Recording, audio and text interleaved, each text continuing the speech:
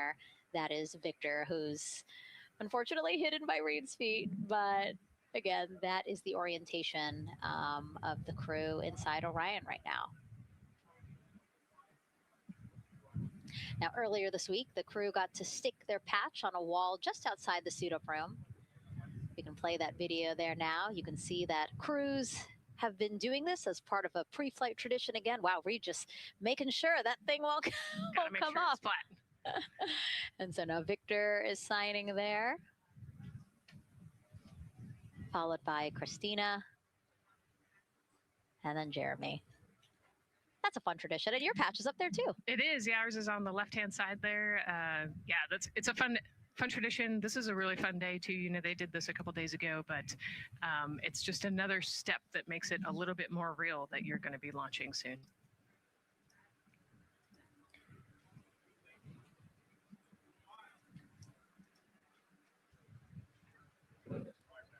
Again, we talked a little bit about this before. The basically like a computer there on Jeremy's leg, a way for him to just check out the data, see some of the data that also Reed and Victor are getting to see, but in those much bigger displays for Orion. Right, yeah, it's basically a tablet on his leg, and it's actually plugged into a cord nearby that allows him to have a screen repeater so he can see what they're looking at.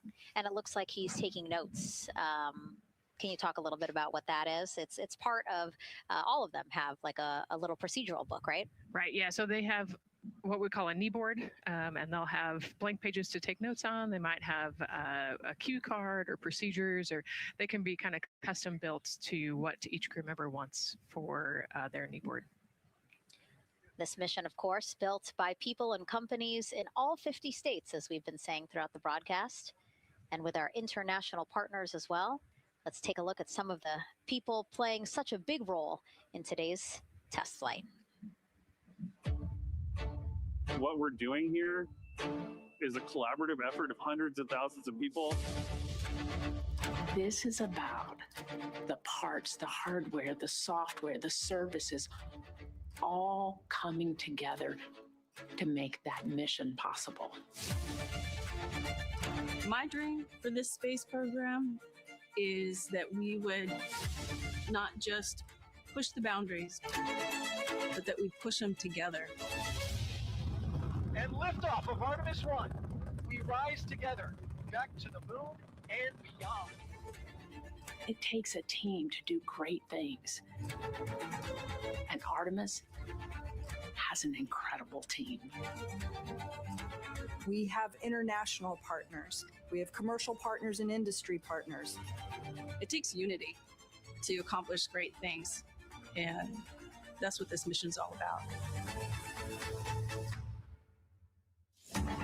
We're not sending our money to the moon and lighting it on fire. We're putting that money right back into the economy in ways that benefit everybody. So every dollar that comes out of the Treasury that goes to support this mission goes back into the Treasury 3 times. What is very important to me is that we do it the right way, and that we do it with our values, that our industries grow, that our communities grow, that our families are healthy and safe and have amazing things to work on. Then we're going to build machines to go even further onto Mars. That is our generation, the Artemis generation, that defines the starting point of our exploration future. I just want to say thank you to all of the hands that have touched a part of this program and the hearts that have moved everyone to this goal, because we're going to the moon and we're going beyond. One team. One team. One team. One dream. What I really like about that package is, again, just reminding people that this is spurring so many jobs across the country. Yeah, across the country and across the world, right? The whole world has a part of this. The Artemis Accords are signed by over 40, 50 different countries. And so, yeah, we're taking all of the taxpayers' money and we're putting it right back into the jobs here in the U.S. And the money, too. You know, when we have more disposable income because we have good paying jobs, that's money that goes back into our economy as disposable income. So really, it is just an ecosystem that NASA is proud to be a part of. Right. Not only is it about the money in the economy, right, but it's also about the science and what we're going to learn and exploration. We, on top of all of those things, we benefit the economy as well. Obviously, Nicole is a wealth of knowledge. We're very lucky to have her. We're going to be tapping into that knowledge throughout the broadcast, and we have been for now close to 4 hours. So thank you, Nicole. I hope you're holding up okay. Yeah, I'm loving it out here. It's been great. Let's learn a little bit more about Nicole. Her first mission to space was actually last March.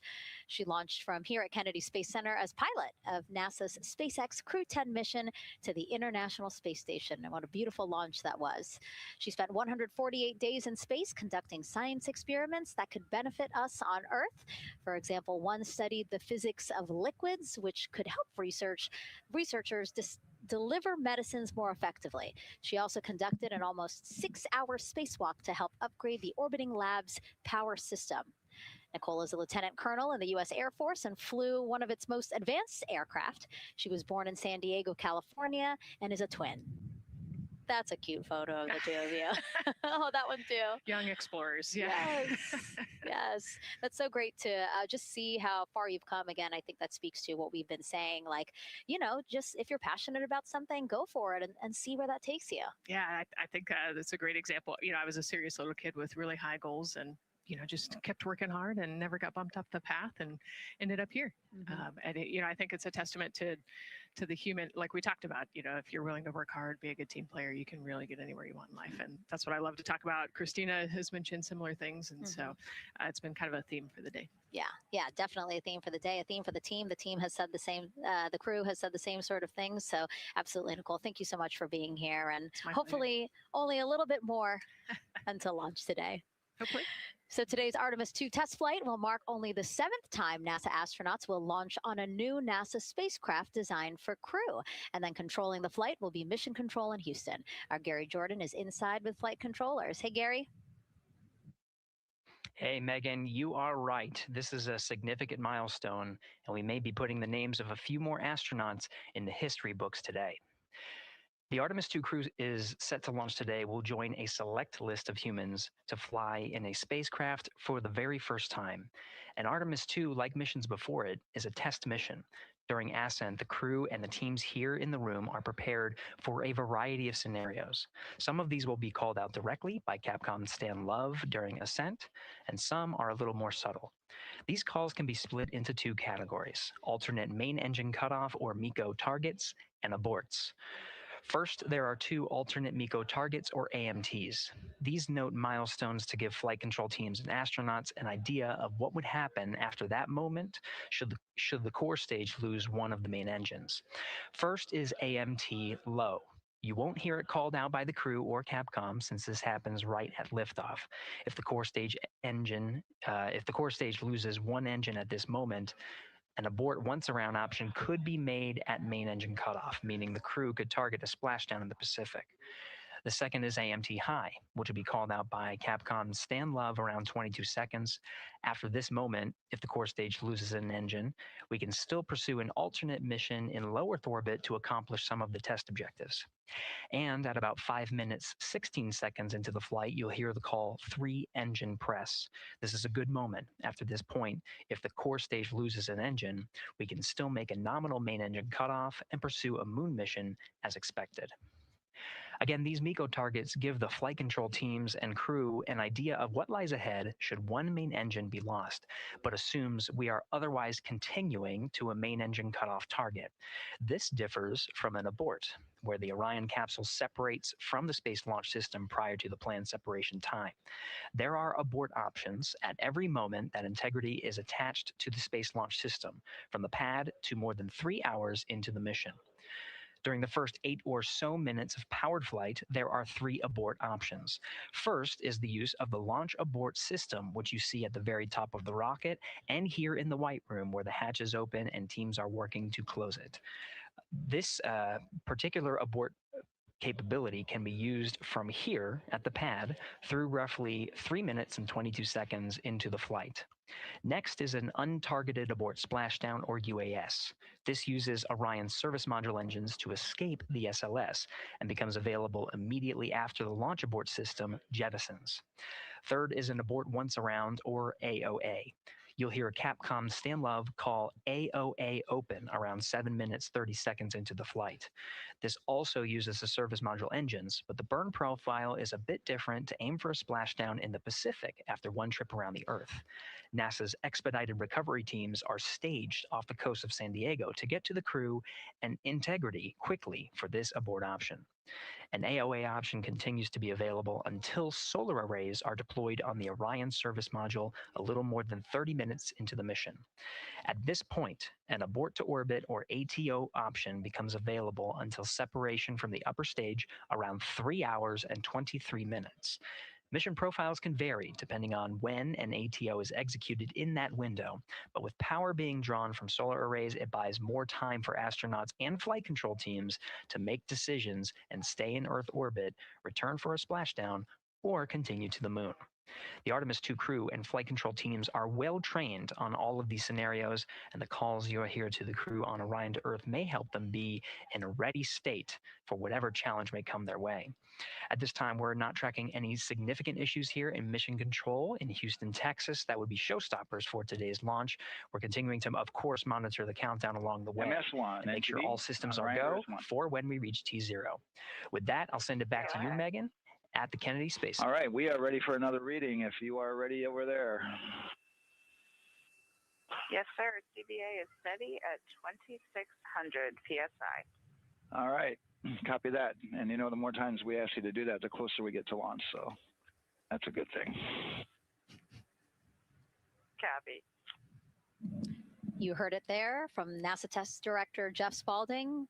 The more that they keep on asking her how the pressure is holding in the counterbalance assembly mechanism is a good thing, because it means we are getting closer to launch. So that's amazing news over the loops that we just heard on Orion to Earth 1. Again, that communication channel with the crew.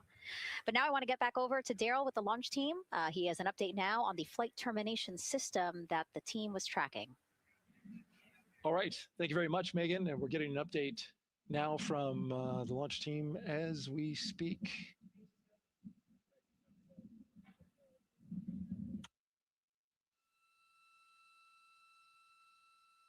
I stand by 1 second.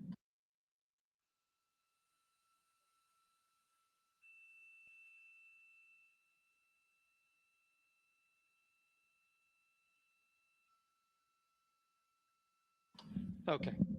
Sorry about that. We're just getting an update, in fact, about what I was about to report out on the range. And the good news is the range is go. So we reported that they were working to verify their equipment regarding the FTS system.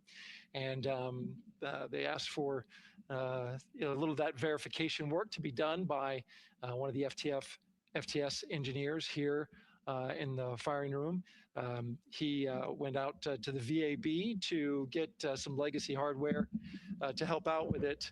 But in the end, this is a fix that the range had come up with to get clearance, to clear the range rather, and to as well work the FTS system. And so now they are go. Again, the range is go. That is no longer a constraint. And so you combine that with the fact that the rocket and the ground systems here also working, no constraints, clear board here is great news. So again, the range is green, and we're continuing to work through the countdown. We got a weather update that came in to the launch director from Launch Weather Officer Mark Berger. He reported out that there's still a little bit of feisty weather activity that's happening up in the Titusville area. That's the city neighboring the Kennedy Space Center. Those showers had passed over Kennedy, and then now they're currently over in Titusville, currently still within that mile kind of constraint of flight through precipitation rule.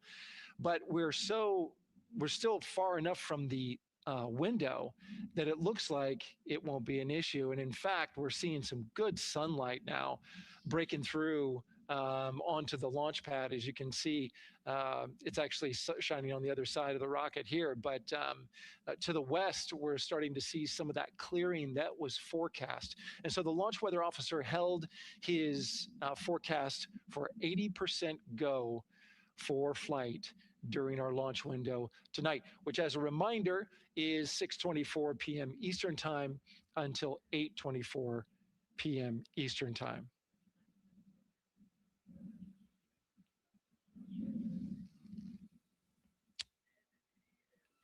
And we're also hearing that the last hatch closure, as you can see in the bottom corner of your screen, they're starting to work on that. That's the launch abort system hatch. There are two hatches, the crew hatch and the launch abort system hatch, and the closeout crew that you see right there, right on time with their work as they go to shut. And you can see it in motion right now, that launch abort system hatch.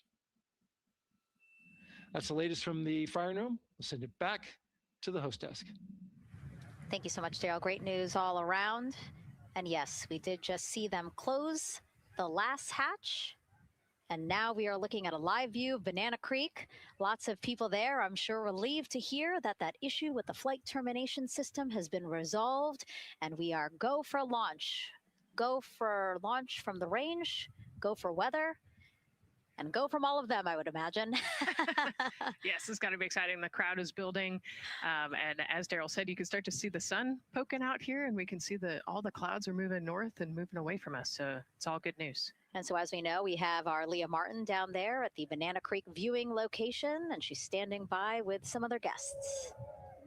Hey, Megan, I don't know if you heard that huge cheer just now. If you heard a big rumble, as soon as Daryl said that the range was clear for launch, everybody clapped. It was super excited as we get to do some final countdowns. Standing next to me, I have Hudson and Maddox, the son of brothers here. And I asked you a little bit earlier, how excited are you to be here for launch? What did you say? I'm very excited. It's our mom's birthday, and you know, not a better way to celebrate right now. I asked you on a scale of 1 to 10, how excited are you? Would you say? 11. Yeah, 11. I'm very excited. Super excited. Yeah. So, Megan, we've been watching the launch broadcast here and hearing some of the questions that you and Nicole have been asking and answering. And I actually wanted to ask these two kids, if you could take a 10-day trip around the moon and take 3 people with you, who'd you take with you? Well, I'd take my dad and my mom. And I mean, I don't know. Probably my best friend. I'd just say one of my friends, you know. Oh, what a difference. So brother got left out. Who would you take? That was just what I was thinking. My dad and my mom and my best friend. That's a pretty good answer. Your brother can get his own trip to space, right? Yeah. So I'm actually joined here also by Dad. Now, you were sharing with me that a lot of the work that you've been doing over the last several months has been prepping the launch teams, our engineering teams, our ground systems teams to get ready for launch, to be mindful and to be in this moment. How does it feel to be standing here knowing that the people you've worked so closely with are doing what they're passionate about, or doing what they were born to do, moments away from launching this rocket? I mean, this is an exceptionally happy moment for us and all of us and the people that are, about to take off on this historic trip here. And I'm grateful to know that we've helped in some way, shape, or form to help them stay steady and calm, in such an exciting time within the agency. And so to just be here and witness it and know that, they've got some tools to help them stay calm and steady is everything to us. So. Fantastic. Well, Megan, we are standing by ready to go, and we're ready to cheer this team on. Thanks so much, guys. And yes, Leo, we did hear that cheer. That was very exciting. I think the vibe over there is they're celebrating, they're having fun. And here, once they heard that we're go for launch, everybody had to run back to the camera and work. It's a little bit of a different vibe, but I definitely think that people are excited, especially as we see now live inside of the White Room at the launch pad. The closeout crew has closed the launch abort system hatch. You saw there, we took it live. Took a lot of them. I think all of them, except for one. I think it took all 3 or 4 of them to push that hatch door close. And then they felt around the perimeter of the door to make sure that everything was sitting just right. Right. Yeah. We talked about how heavy the crew module hatch is. This hatch is just as heavy probably. And so, they're working the closure here and working those connections. And you can see, yeah, there's still 3, 4, 5 people that we can see in the White Room. It takes a lot of people to get these hatches closed and this rocket ready to launch. Mm-hmm. And so the next step in the countdown is that this team will start closing out the white room. So basically disconnecting things, stowing things, making sure that when they leave, there is nothing that isn't supposed to be there. And really, then at that point, it's just all four of the crew member, Victor, Reed, Christina, and Jeremy by themselves at the top of the launch pad. Yeah, and then eventually that crew access arm will move away, and then it'll really just be them up on top of that rocket. Mm-hmm. Yeah, your eyes lit up when I said that. That's exciting. It is. It is. Yeah, we had a moment, we talked a little bit about my fear of heights, but most of our crew is afraid of heights. And so there was a moment where I realized that it was just us, 100 and some odd feet up and no crew access arm, and may or may not have said something that made everybody go, huh. Were you wondering to yourself, how did I get here? We're pretty far up. That crew again, bringing that drag-on camera. That camera is a handheld camera that is a live look for teams who are remotely watching these operations closely. Again, verifying that things are as they should be before the crew starts, the closeout crew starts leaving the white room. You see them checking their procedures. You can see they're covering the ends of those hoses. That's to protect those hoses from FOD. So we don't want any dirt or anything to get into those while we transport them and stow them. So you can see Andre there working to close out the hoses as well while they're cleaning up the white room. And so they'll tape that close. You just saw number five holding some tools. Again, we'll stow those away. You have to account for everything. Obviously, they did have tools out. They did have procedures, paper, notes out. Like all of that has to go. Yes, and you can even see on number 3's hat, he's got a string that's connected to his suit there. Mm-hmm. That's, again, just to make sure that we don't lose anything. If, a gust of wind or you get knocked or something, you don't want to lose a single thing in the white room. So everything is tethered, everything is accounted for, and everything is protected. The crew now, another live view of them inside Orion. Jeremy, Christina,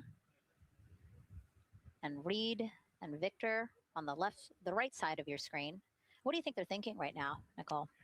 Oh man, just over an hour to launch. There's probably a little bit of a lull right now, monitoring some systems, but you can see Reed's got his feet crossed. So I think just trying to relax and, pass the time by maybe thinking through the items that they're going to monitor through the launch, the different jobs that each of them have throughout the launch. And once they get to orbit, this first day on orbit is actually really busy for them.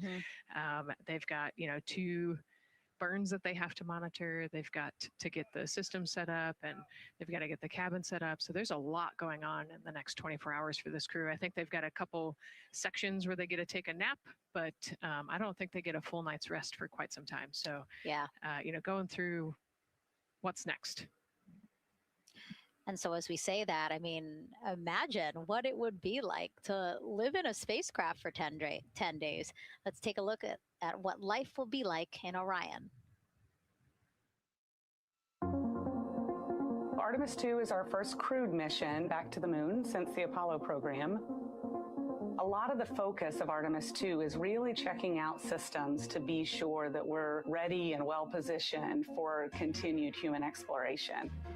My name is Susan Baggerman, and I'm the Chief Health and Performance Officer for the Orion program and the Artemis 2 mission. And this is 10 Days in Orion.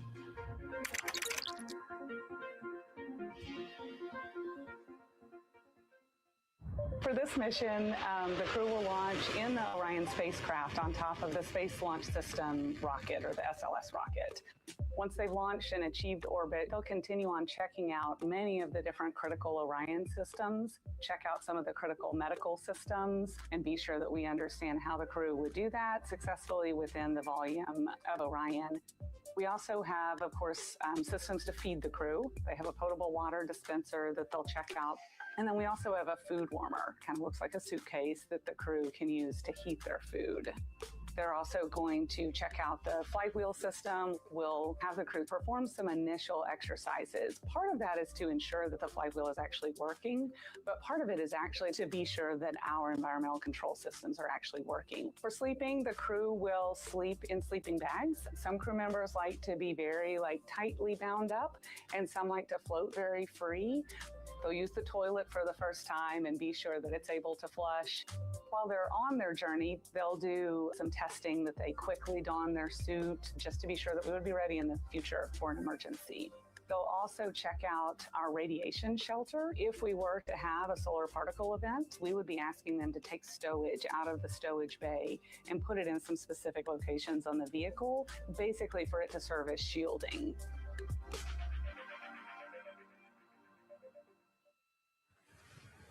And so I want to talk a little bit more about what we just heard in that package. I am interested in the space food.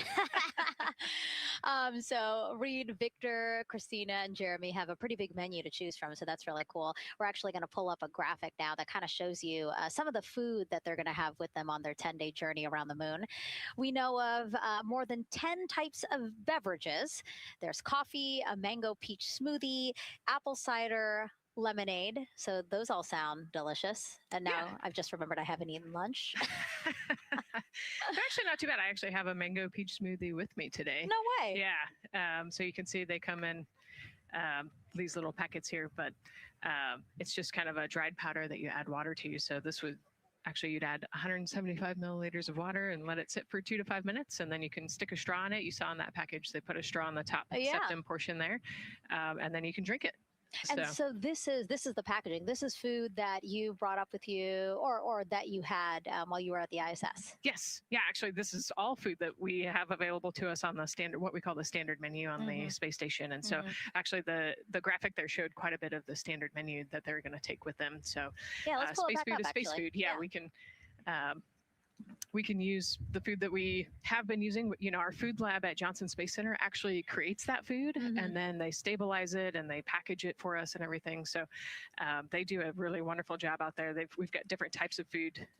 You know, you can see I've got this is a soup, tomato basil soup, so thermal stabilized. It's already hydrated, so you just throw it in that food warmer that we talked about, and then you can eat it. But then we also I have some shrimp cocktail here that's you know, irradiated, so it's in a package that protects it. I'll show you. I've got a brownie too. That's probably my favorite one. But are we eating it? We might, if you're. Yes. Look, see, they want us to eat. I don't know what happened, but it worked out. Yeah. With what we were saying here. So it's in an outer package to help protect it against, you know, radiation, and then it's in this inner package. And so this cosmic brownie, actually, the trick, Anne McLean, my crewmate, taught me. The trick is you got to put this in the food warmer and get it nice and warm, and then you can get it. But so what we do is we just take scissors and you open it up, and then it comes right out. So these brownies are nice because they don't have a ton of crumbs, and so you can actually just eat it pretty easily in space. You know, if you imagine, that would not happen in space. It would not fall. But yeah, so we've got all sorts of things that you can actually eat. The menu's pretty good and pretty diverse on the space station. And then, as you saw, pretty diverse for Orion. Nice. Yeah, that's amazing. And again, here's a look at the crowd that's starting to continue to grow here as we get closer and closer to launch. We are now under an hour from the opening of our 2-hour launch window at 6:24 p.m. Eastern time. And so let's take some questions from social media. We haven't taken some of those for a while. You put that brownie away, Nicole, or I'm going to steal it. Nicole, we have another celebrity who submitted a question. Let's take a look. Okay. A quick question for the Artemis crew. What food from Earth would you bring with you into space? And why would it be lasagna? Because that's the greatest food. Again, not really a question. Yeah. Because he was like, it's lasagna. It's got to be lasagna. You know, there is lasagna on space station, and it wasn't too bad.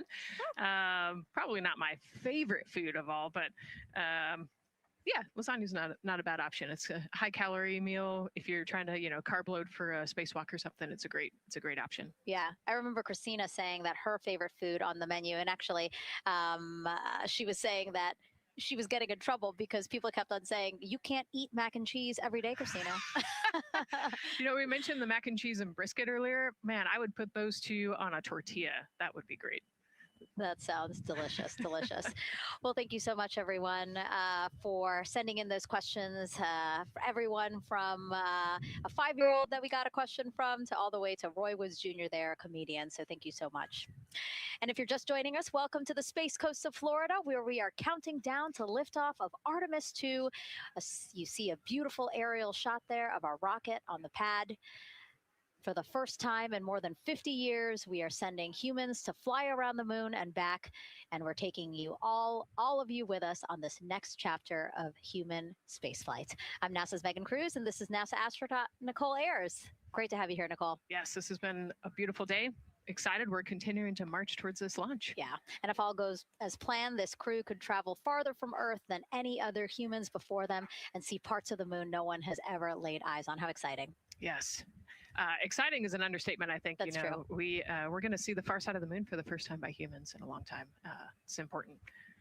And as the crowd again builds behind us, more activity that you're seeing here at the Kennedy Space Center press site. We also have a ton of people gathering around the world to watch this history-making moment. So let's take a look at those watch parties now. Oh. That crowd has grown. We checked them probably like 30 minutes ago, and it was half that. But again, as we get closer and closer to launch, we are seeing more and more people gather together, wanting to experience this together and not just in a vacuum at home, you know? Yes, this is so exciting. Look at all of those people. Man. And now here we are back in Seattle, the Museum of Flight. Again, people gathered there to show their kid. We see someone walking in the second row there. His first crewed launch to the moon. How exciting. That is exciting. Hello, everyone. Woo. Oh, that's so great.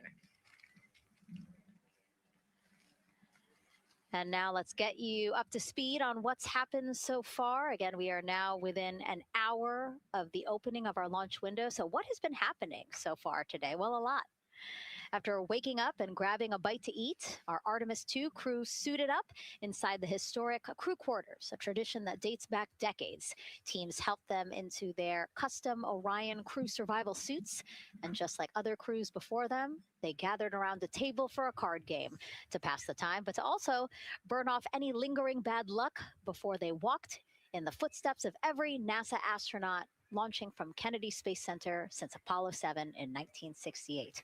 They walked outside the Neil Armstrong Operations and Checkout Building to greet a crowd of family, friends, supporters before getting into their Astrovan for their security-escorted ride out to historic Launch Complex 39B. They got a close-up look at the SLS rocket, then walked across the crew access arm and climbed one by one inside their Orion spacecraft. After that, teams conducted final checks with the crew before closing both hatches, the crew module hatch, as well as what you're seeing there, the launch abort system hatch. And now we are back live at the pad where the closeout crew is getting ready to leave the white room. They are now tethered, Nicole, because they are about to move some pieces that connect the Orion spacecraft to the white room, correct? Yes, there's kind of what I would call a shroud. You can see them working that there. So it is actually connected, so that way the gap between the crew access arm and the crew module, and well, I guess that's the LAS there, is covered. But they're about to remove that so that the crew access arm is not connected to the rocket in any way, so that it can retract here in the next few minutes. And for how we're looking with the launch countdown milestones, let's go to Daryl Nail in the Launch Control Center. All right, thank you very much, Megan. And as you can see there, the finishing touches, as you've been talking about, to the LAS, which brings me to that subject, because we currently are hearing the launch team is working an issue that was reported out with the LAS. At least there's an issue apparently with a battery on the LAS. The engineer who is in charge of the launch abort system sits on console here, reported that a temperature for one of the two LAS batteries is out of range. And although it's not a constraint for launch right now, it would be when that temperature is checked inside of T-minus 6 minutes, which is inside of terminal count. So right now, the team is working some troubleshooting on this issue. Going to follow, of course, along closely with what they learn. But again, a battery temp for one of the two batteries on the LAS is out of spec, and the team is working to understand, first of all, whether or not this may be a sensor issue, or is there an issue with the battery itself. So again, looking into it, troubleshooting and researching as we speak. With regards to the weather, we did get some good news there. Launch Weather Officer Mark Berger reporting to the launch director that the weather chances have now improved for the window. We are up to 90% go, which is great news. Again, 90% go.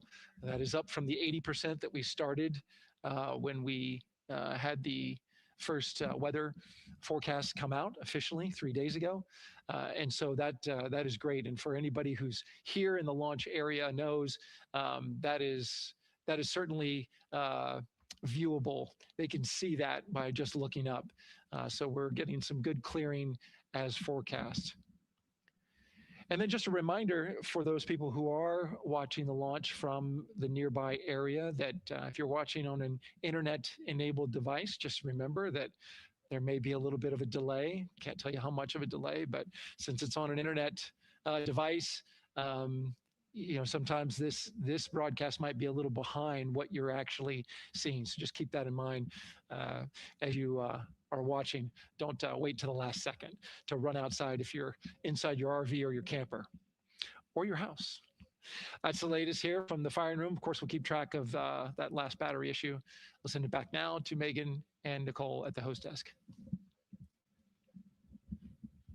Two of them there had to be tethered to the inside of the white room, because obviously now we have detached the white room from the Orion spacecraft.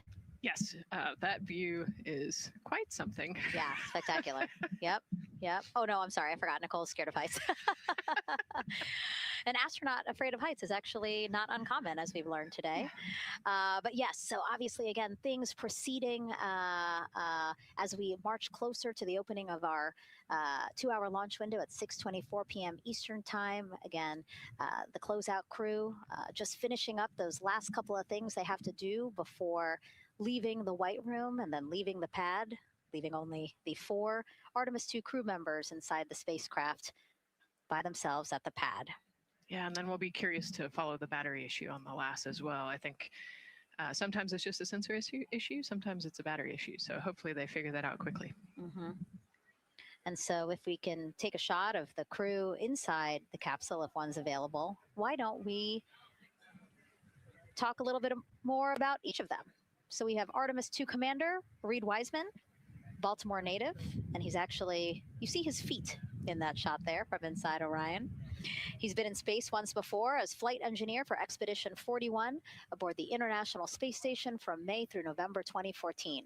During the 165-day mission, Reed and his crewmates completed more than 300 science experiments in areas like human physiology, medicine, physical science, earth science, as well as astrophysics. They actually set a milestone for station science by completing a record 82 research hours in a single week. He also served as chief of NASA's astronaut office from December 2020 to December 2022. His 2 daughters were out to wave goodbye to him as he made his way to the launch pad. And again, there's Reed's feet. Reed is the one sitting in the seat to the right, closest to our camera there. So looks like he's relaxed by the body language of his feet. Yeah, I think they're kind of in a holding pattern, if you will, or a waiting period. So it makes sense that he's a little bit relaxed. He's also kind of just a relaxed person in general. He's wicked smart, but has a demeanor that keeps everybody calm. And so I think we're seeing that here today. And so in this shot, Reed is the one sitting on the left, and to his right, Artemis 2 pilot Victor Glover. NASA selected the California native as an astronaut in 2013, and at the time he was actually serving as a legislative fellow in the United States Senate. His first trip to space, November 2020, pilot of NASA's SpaceX Crew 1 mission. That was the first operational mission of NASA's Commercial Crew program, which resumed launching American rockets from American soil to the International Space Station since the end of the shuttle program. Victor is a U.S. Navy captain and naval aviator who served as a test pilot, racking up more than 3,500 flight hours in more than 40 different aircraft. So again, he probably feels pretty at home in the pilot seat of Artemis 2. Yeah, I think he does. He got to say goodbye to his wife and 4 kids. Again, those were the family that he had here at Kennedy Space Center before the 4 of them drove out to the pad. Yeah, and you can see there, we talked about Victor's energy earlier, and you can see him working through, pushing some buttons on the displays. Looked like he was pulling up a procedure, so he's following along and ready to go, looks like. And then mission specialist Christina Cook, sitting on the upper left-hand corner of the screen there, native of Grand Rapids, Michigan, was selected to the astronaut corps in 2013, same class as Victor, served as flight engineer on the International Space Station from March 2019 to February 2020. During that time, she set a record for the longest single spaceflight by a woman with a total of 328 consecutive days in space. How cool. She also participated in the first ever all-female spacewalk. And before becoming an astronaut, Christina helped build space science instruments and led scientific fieldwork in some of the most remote environments on the planet. Her hobbies include surfing, rock climbing, and community CDR, service, yoga, and photography. Go ahead, NCD. There's a couple of suppressed overvolt messages. We're going to go ahead and clear those off your screen. We see them and we copy. All right. NASA test director. We're still working here, trying to get through everything. So we're getting close, and then trying to talk that other issue that we just picked up a little bit ago. But I think work-wise, we're doing really well. Sounds good, NTD. We're doing great on board. Glad to hear it. NASA test director giving an update to the crew. Some messages flashed on their displays. Just wanted to say that they didn't have to worry about that. We're going to clear that. And that also just reassuring the crew, again, that they are tracking and working the issue with the launch abort system battery. Yeah. All right. And then first-time flyer, Canadian Space Agency astronaut Jeremy Hansen will fly to the moon as a mission specialist on the Artemis 2 mission. The London, Ontario native selected as an astronaut in 2009. After that, he worked as Capcom at NASA's Mission Control Center in Houston. Capcom stands for Capsule Communicator and is the sole direct voice communicating with astronauts while in space.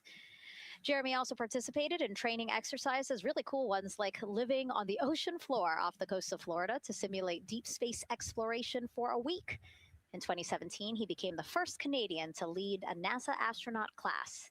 He also enjoys getting out on a sailboat, rock climbing, and mountain biking. He has a wife and 3 children. And he's the one that you see bottom left-hand corner of your screen. I know, I'm trying to see what he's doing there. Christina's looking too. And so there is your Artemis 2 crew inside the Orion spacecraft. And this is actually the 7th time NASA astronauts will launch on a new NASA spacecraft designed for crew.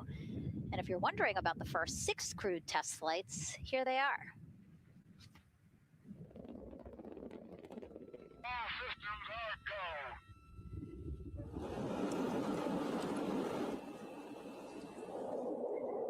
Gemini 3, Gus Grissom, John Young, March 23, 1965.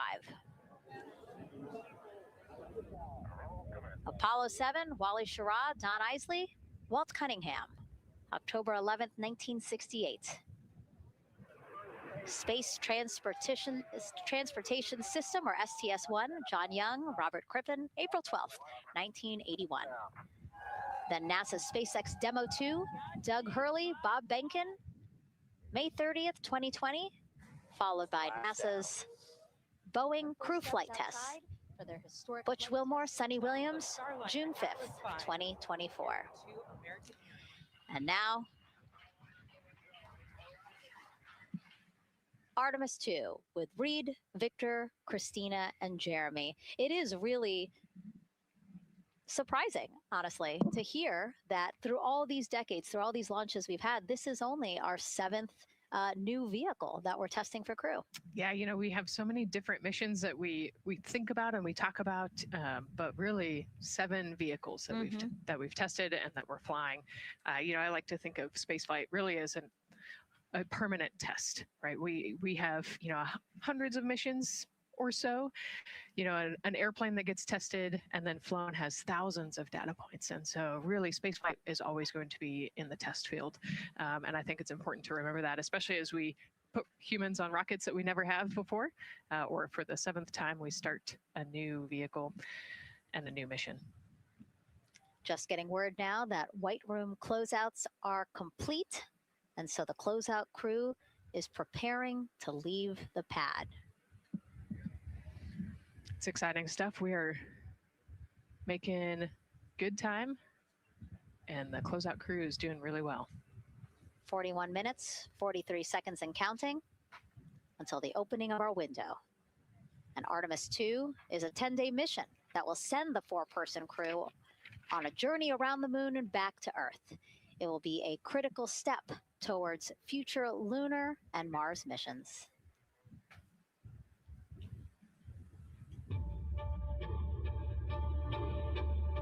We're going back to the moon because it's the next step in our journey to Mars. We need to go explore the moon. There's vast regions of unexplored areas with the coldest, darkest places in our solar system. This is a test mission, and when we get off the planet, we might come right back home. We might spend 3 or 4 days around Earth. We might go to the moon. That's where we want to go, but it is a test mission, and we are ready for every scenario as we ride this amazing space launch system in the Orion spacecraft. But another reason we're going back to the moon is to fulfill NASA's mission, which is to explore the unknown in air and space, to innovate for the benefit of humanity, to inspire the world through discovery. And when we succeed and when we accomplish the things that we set out to accomplish, that inspiration not only can set up new things to happen, but it also is a reminder in tough times that we're capable of doing great things when we work together. The thing I love about the moon is that it's not just a beacon for exploration and this platform of possibilities for incredible missions like this, but it has benefits. That's actually why we're racing towards it. Those benefits are really wide in nature. You have everything from innovation, technology development, not only for future missions going deeper into the solar system, but technologies that come back to Earth. You have inspiration, a whole generation of people starting this pipeline of STEM workers and manufacturers and operators that are excited to see what you can do when you work hard and you come together as a team.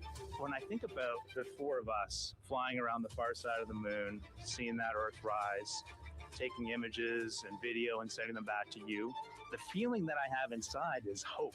We know that Artemis 2 is not the solution for humanity on planet Earth, but it is a contribution in the positive column. We hope that just for a moment that people will pause and say, wow, it's extraordinary when you look back upon the Earth with over 8 billion people and you see this concrete example of what humanity can do, this extraordinary thing when we set big goals and CDR NTD to achieve.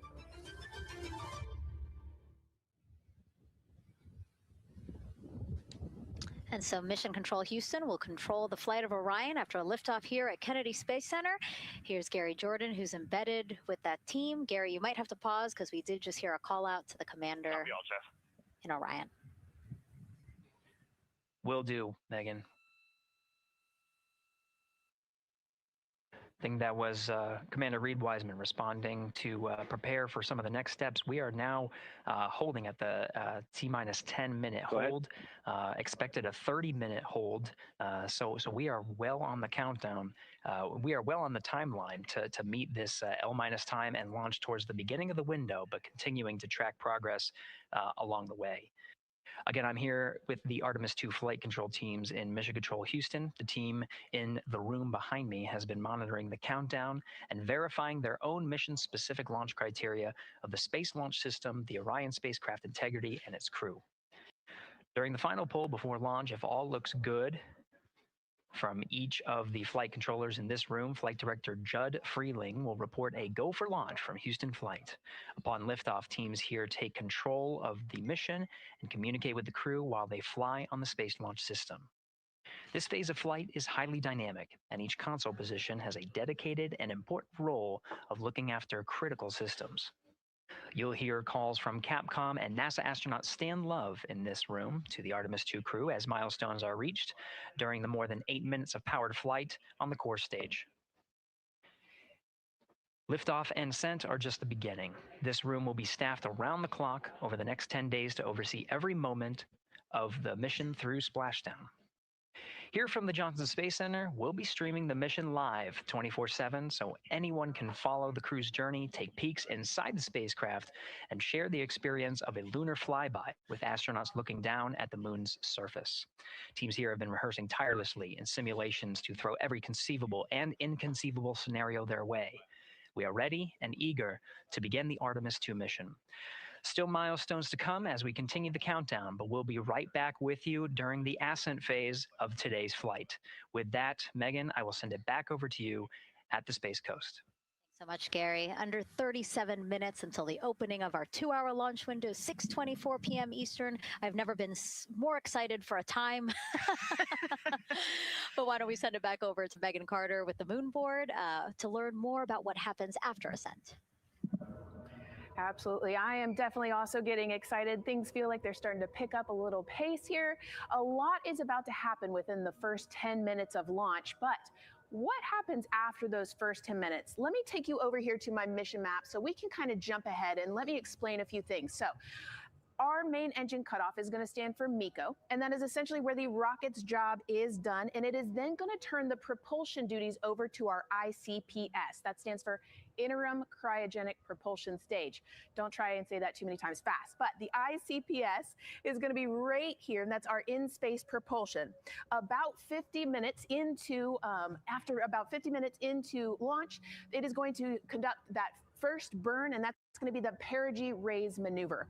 Essentially what that is going to do is going to raise the spacecraft from a lowest point of Earth just a little bit higher into space, and then they are going to conduct that nice path that's going to set them on that nice circular path around the Earth. That's when they're going to start to be able to really check out this spacecraft. The Orion spacecraft is going to be able to, like we've talked about, be maneuvered by the crew. They're going to check out those life support systems, and communication checkout's going to be vital at that point as well, obviously. Then they will be conducting that another burn, and that's going to raise them just a little bit higher again. And then they will, it'll be about time for the ICPS to separate, and they will start another lap around the Earth as well. Now, the ICPS, but even after it separates, its job will not be done because they will have the opportunity to conduct something called the Proximity Operations Demonstration. And this is going to be really important for our future lunar missions because the ICPS actually has a target on it, and the crew is going to have the opportunity to manually maneuver these spacecraft like we've mentioned and practice those docking maneuvers. Now, obviously, they will not be docking for this mission, but that is, again, going to be critical for those lunar missions in the future. Now, all right, after that ICPS has separated and they've done that second lap, they're going to conduct 2 more burns. And what these burns are going to do is set them up to the high enough orbit and a fast enough speed in order to conduct the translunar injection. This is going to be that critical moment and that critical milestone where they are going to produce about 6,000 pounds of thrust. And this is that point that is going to take them out of low Earth orbit into deep space, and it's going to set them on that nice path towards that lunar flyby. And I know we have talked a little bit about why this could be a record-breaking flyby and journey to the moon. And with that, I'm going to turn it back over to Megan so she can tell us just why. Yeah, she's talking about the distance record set by the Apollo 13 astronauts in 1970. They were 248,655 miles away from Earth, and this Artemis II crew might surpass that on flight day 6 when they fly around the moon by more than 4,000 miles. Yeah, it's a long ways. It's tough to fathom 250,000 miles from Earth, right? I mean, space, the space station is only 250 miles. And so we're going, I don't want to do the public math, but we're going much further than that. But, it's important, right? Because we want to get back to the moon. We want to see the surface. We want to see the far side of the moon. And the way we do that is by breaking distance records. Yeah, and the exact distance record depends on exactly when they launched, like the time, the day. So we'll learn more as we go into this 10-day mission with the Artemis 2 crew. But here we are, 32 minutes, 50 seconds and counting from the opening of our launch window. Feels really, really surreal here as more and more people come to gather on the press site lawn here at Kennedy Space Center.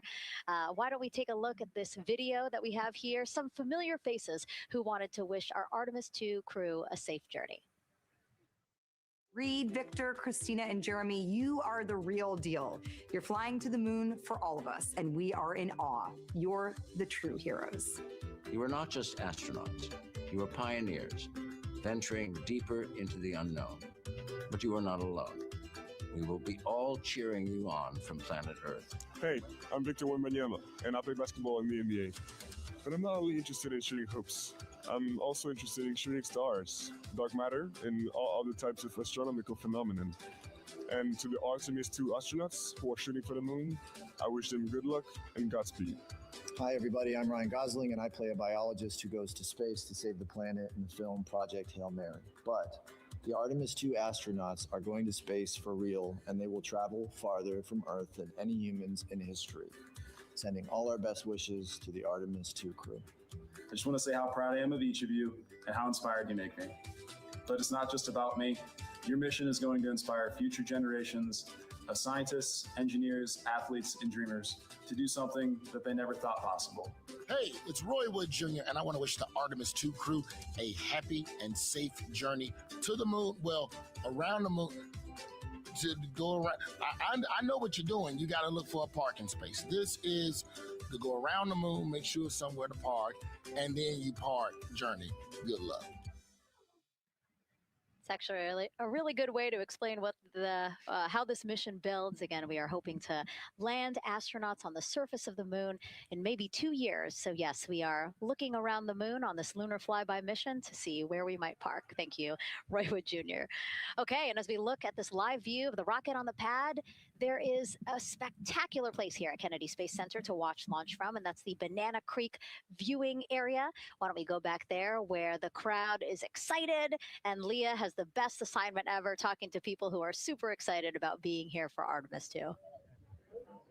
Oh my gosh, Megan, you talk about the excitement being palpable. I'm telling you, everybody here on pins and needles as we get just about half an hour away from launch. I've been walking around talking to people, and I'm just struck again and again by how many people are here from across the agency. I want to introduce you to just a small portion of the people across NASA who have been supporting this mission.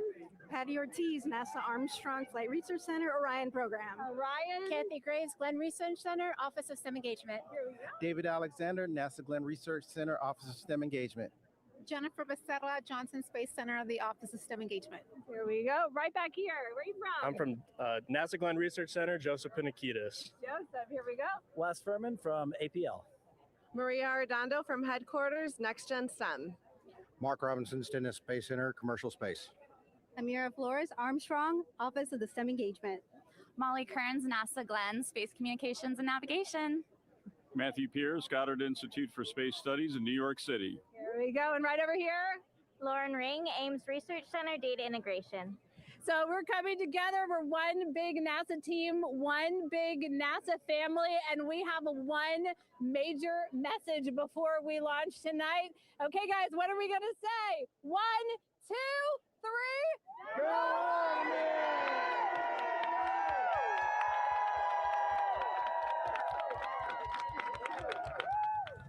Oh my gosh. Oh my gosh. That made me so emotional. That was so inspiring to see. I mean, wow. Yeah, that was great. I mean, just to hear everybody say their position, what they're doing to support this mission is amazing. And I'm sure this was something that really rang true and resonated with NASA's Administrator Jared Isaacman, again, to see the workforce come together, to do the work, and then to be here for launch. So why don't we actually go over to him now with our Jasmine Hopkins at one of our other viewing locations. All right, Megan, thank you so much. The energy here on the balcony is honestly becoming electric as we get so close to launch. And now we are thrilled to welcome NASA Administrator Jared Isaacman.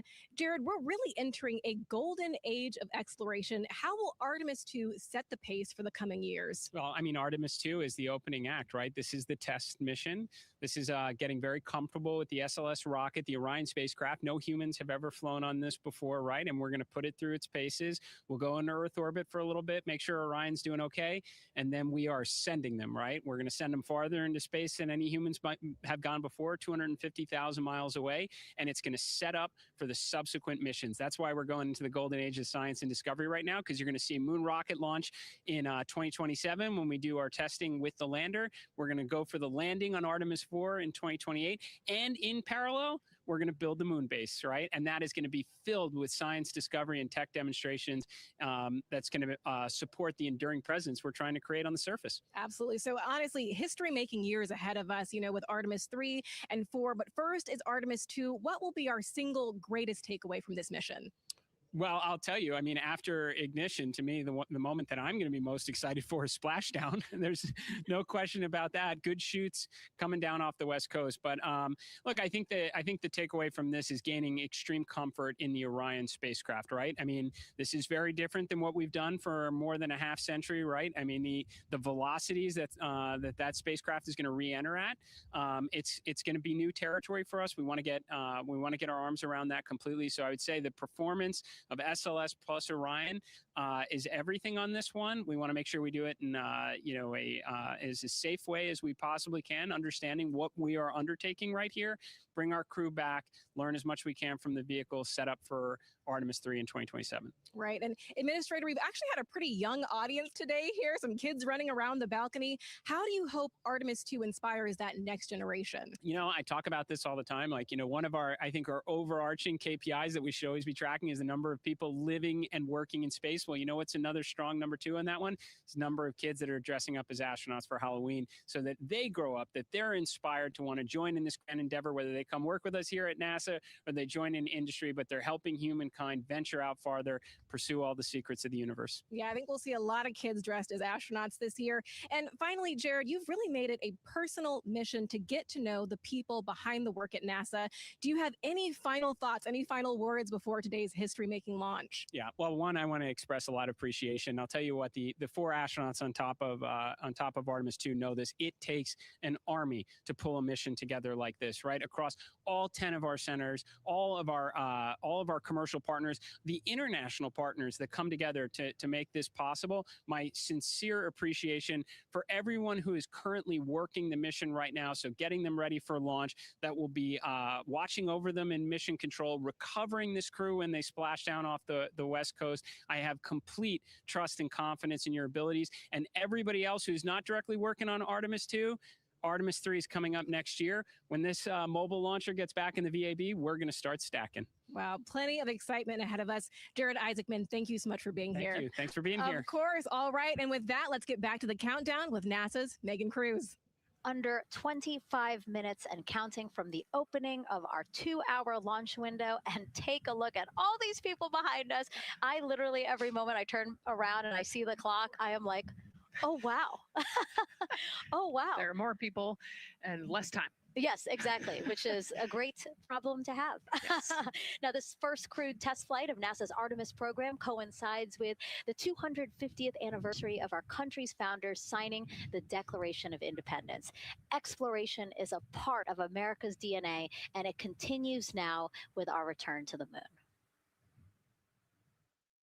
250 years ago, 13 colonies laid the foundation for the greatest and most enduring democracy in the history of the world. One driven by courage, faith, and freedom. From that moment, we became a nation defined not by where we stood, but by how far we were willing to go. We conquered vast frontiers, invented tools that shaped a modern world. We found light in the dark, and we rose from the earth. Faster, higher, farther. We pushed beyond the sky and into the unknown.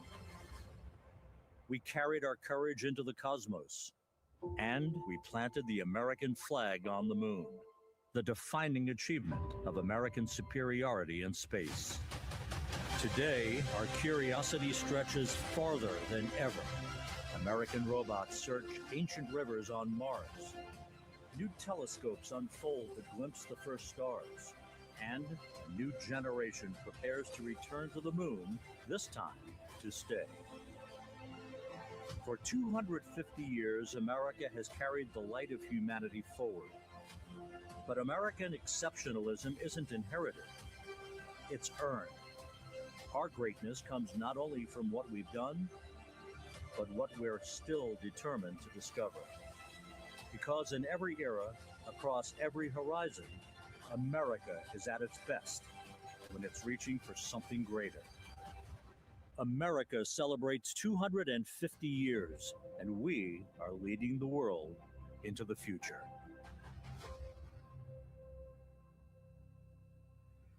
"22 minutes, 15 seconds and counting from Artemis to NASA's boldest test flight in a generation.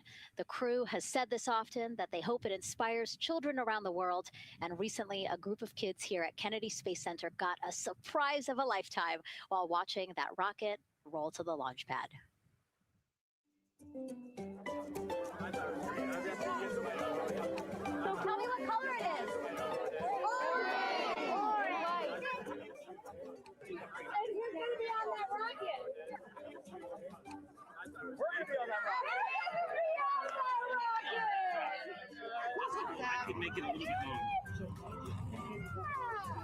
Did you see it?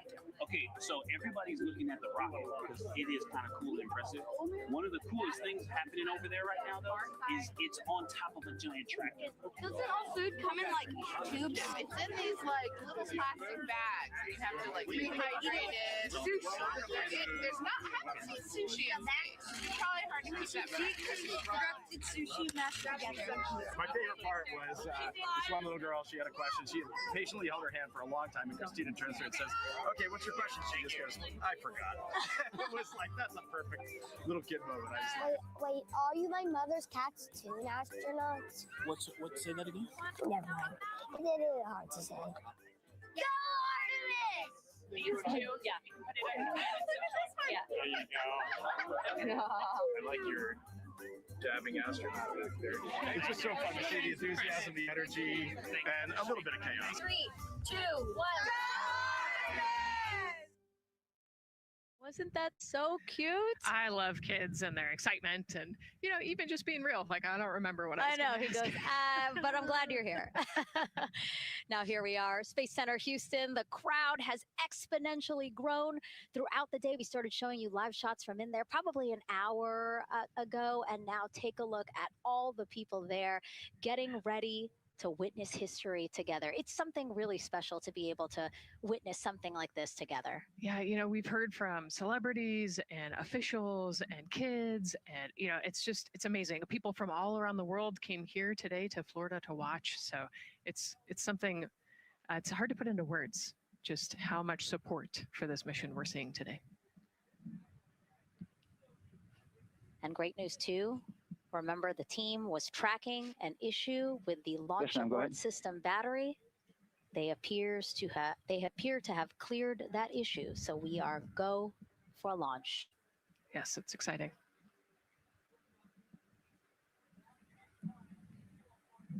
U.S. Space and Rocket Center here, Huntsville, Alabama, waving to the Artemis 2 crew sitting right there inside Orion. Inside of 20 minutes from the opening of our launch window, and right now we are targeting the top of that launch window, so we could be launching here in about 19 minutes, Nicole. Wow, I don't know if I expected this today. I'm excited, and, you know, I'm glad they were able to clear the problem with the battery on the LAS, and everything has gone really smoothly today. It's been great. The weather cleared up. It's a beautiful day for a launch. And so now, as we are so close to possibly launch now, just what are your final thoughts as we are about to embark on a mission back to the moon, the first time in more than 50 years? Yeah, you know, just so proud of the crew and all of the teams here on the ground that made this happen. You know, they are carrying the torch from the Apollo era into the Artemis era. And, you know, as the crew likes to say, they want to be the shoulders that the next generation And let's see, GLS, can you help us with that, please?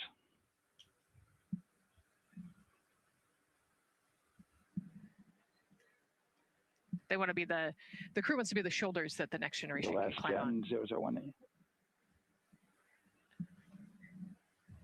I think it's in their patch.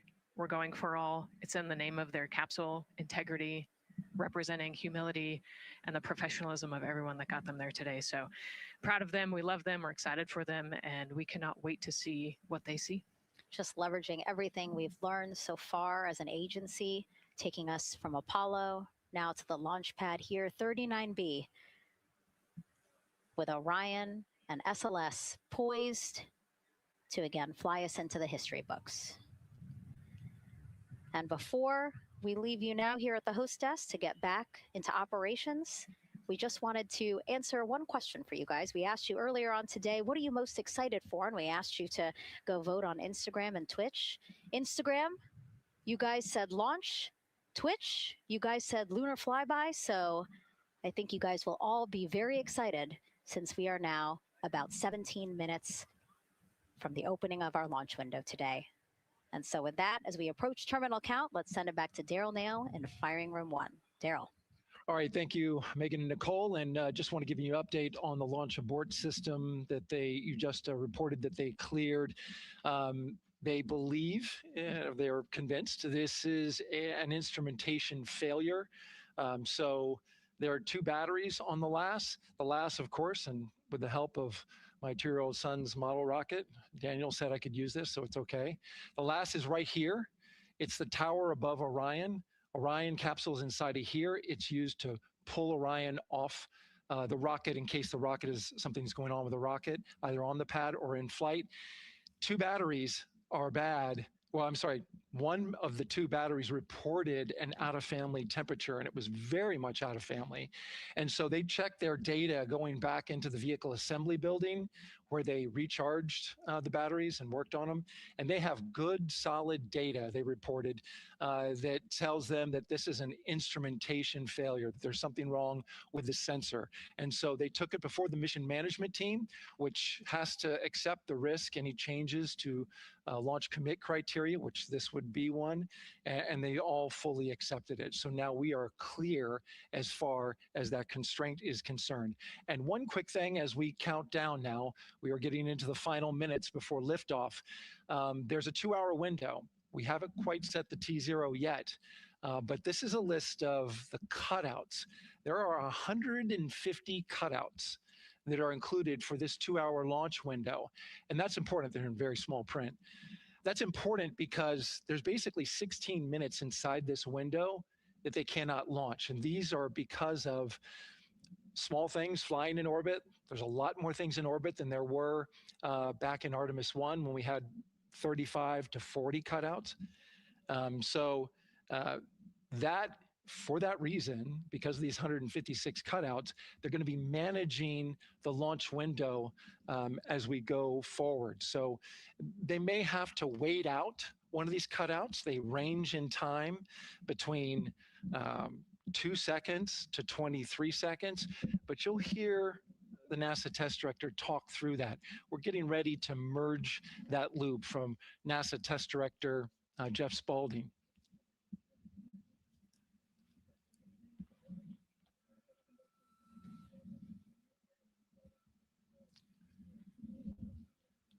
And so now I'm listening to the launch team get ready to merge their operational channel.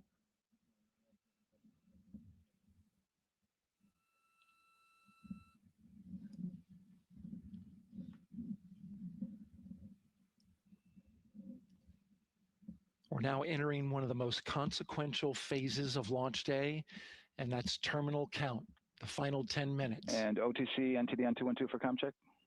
Good, comm. Help me. I hear the same. STC? GTC? GTC's on 212. All right, copy that. NASA Test Director Jeff Spaulding confirming communications with his team.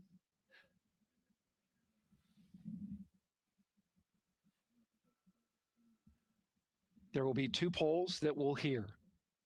One from Spaulding the NASA test director, confirming the ground systems and the launch team are ready to proceed. At this point, we have a clear board, no constraints, but we need confirmation from each individual on the NASA test director team. So we'll hear him poll his team. The other poll that we're waiting for is the poll from Launch Director Charlie Blackwell Thompson, who will take that final status from NASA management before giving the go to come out of a hold. And you're seeing the clock count down at L-12 minutes. CCL, OTC, Orion, or S1. CCL. Yes, sir. Reconfigure ARS primary loop ISO valves. Copy, that's in work. And CDR, OTC, Orion, or S1. Go. ARS loop ISO valves are being closed at this time. Integrity copies. NGDLP. Go. Yes, I had a discussion with sea ice and with MER manager regarding the observation the sea ice had a few minutes ago. They were able to confirm with BCI photos that the condition that they observed has been there since 2025. MER manager has had a chance to review the findings, and they do not have any constraints from either a sea ice or MER manager perspective. Okay. Copy all. And Launch Director, NTD, you copy? Yes, sir. I copy. That's good news. OTC, CCL 212. OTC. ARS primary loop isolation valve configuration is complete. Copy.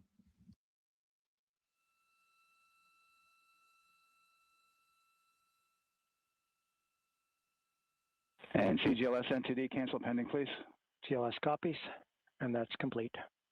All right, and for all personnel, we got a little bit more work to do before we pick up the clock, and we're about a little over a minute from getting to T-minus 10 minutes, but we've canceled the resume time there, and then we'll pick it up after we get through all of our work and anything else that we need to do to get through the remainder of counts. So we'll continue working that to get to our T0 today. So when we get to about 50 seconds from now, we'll extend that hold. CVSE OTC. CVSE 400-290, looking to verify that we are configured for ascent. Yep, give me about 2 more minutes. I'm going to start CMA2 streaming. Copy. NTD, COSE, hold requested. Copy that. I have an LCC violation of O-CT-004, S-band transponder anomaly. This was a transient LCC violation, so transponder 1 had a demodulated SNR estimate that went down to 2 dBm when it should have been between 10 and 13. It is now back up to 12, but we did lose that for just a moment.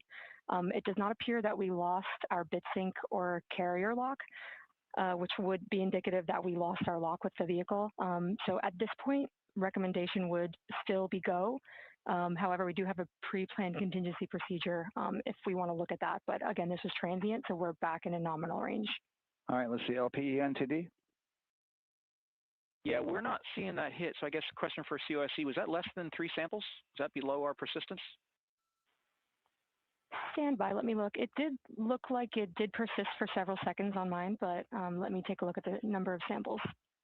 Could I get a repeat on the affected LCC, please?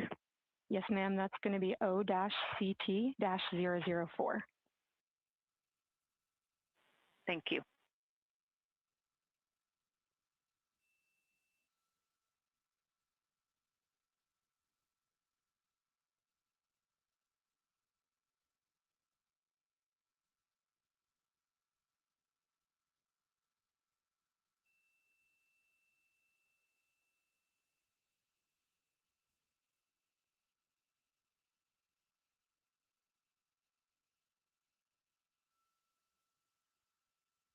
Yeah, us taking a look at the data right here, looks like that was a single sample. Yeah, copy that. RFTS does report that they also lost lock for about 5 seconds. So I would love to ask KUS and see if they also lost lock with the vehicle for any extended amount of period.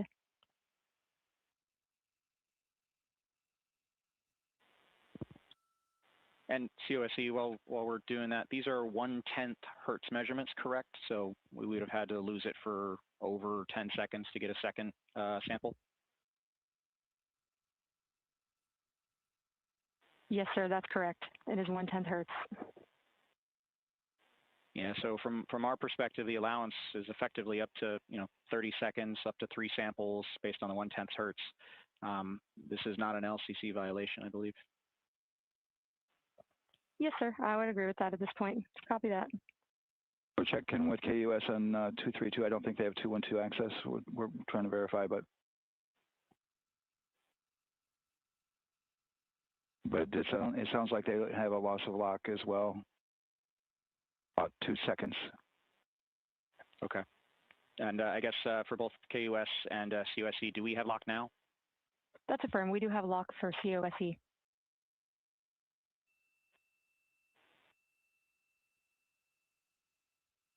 Yeah, so from the integration console perspective, we did have a temporary loss there within the allowable, and per the requirement, let's go. And this is Houston Flight. We have lock and we have good telemetry here in GSE. And KUS is reported to they have good lock now.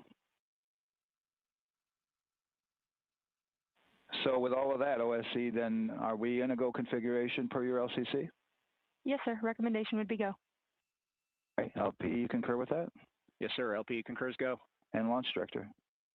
Yes, sir. Launch director concurs go.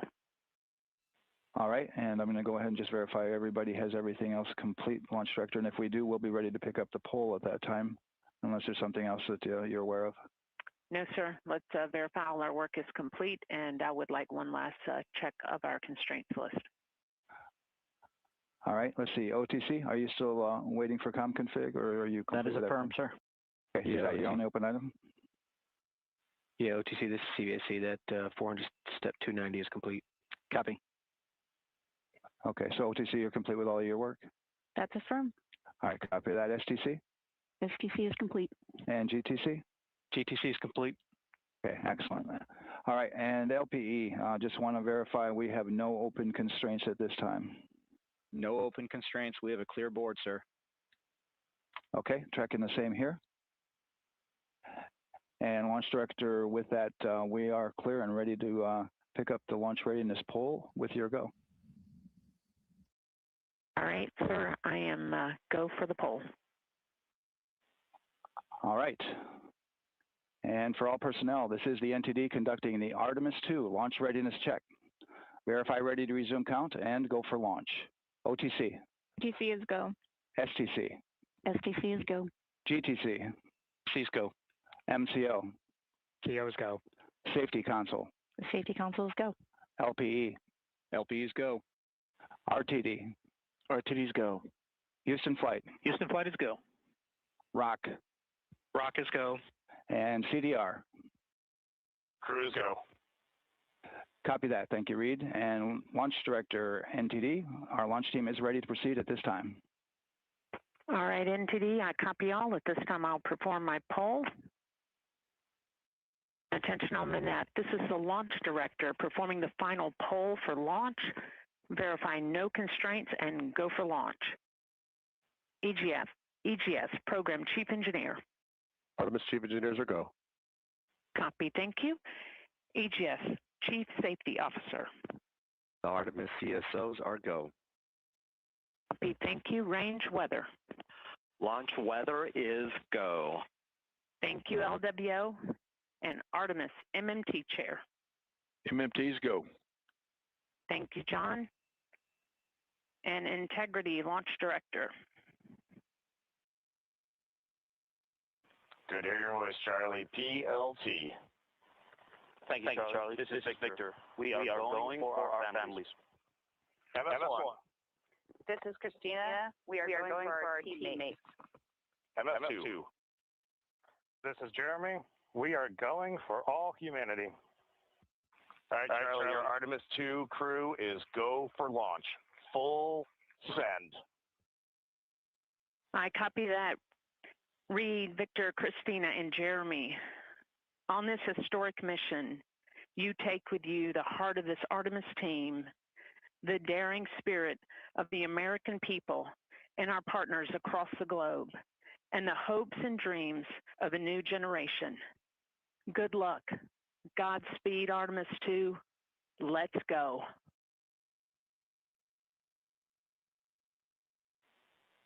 And NTD Launch Director. Go ahead, Launch Director. Yes, sir. You have a go to proceed with countdown. Copy that. I'll put it in work. CDR, NTD. Go. Your risers and initiate short purge per your EPROC 10.1.1, steps 8 and 9. 10.1.1, 8 and 9 going to work. Copy. CVSE NTD, start and verify recordings of our Orion cameras. Copy. Okay. Well, there you heard it. RSR NTD. RSR. They're getting ready to start terminal count. arm rotation enable at this time, please. It's currently at T-minus 10 minutes. Once we wrap up this last bit of work, SNA arm rotation enable complete. we're going to start that clock. Copy that. Thank you. Integrity crew, close and lock visors.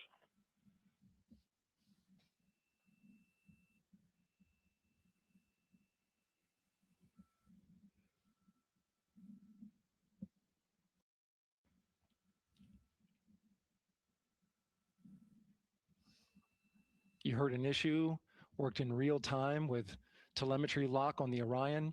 It was transitory. It was very short. They checked the data, confirmed that they had a good lock.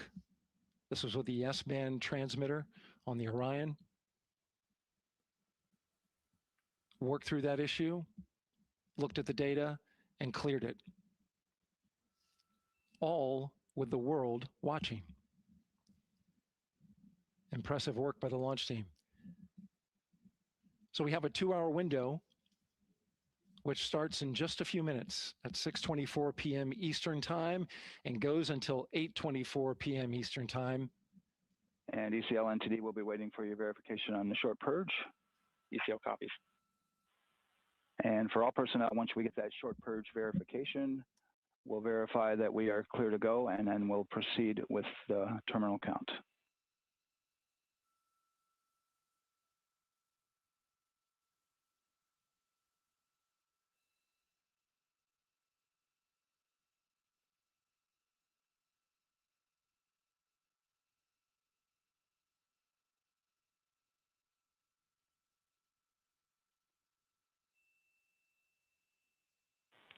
ECL time estimate? About a minute. Copy.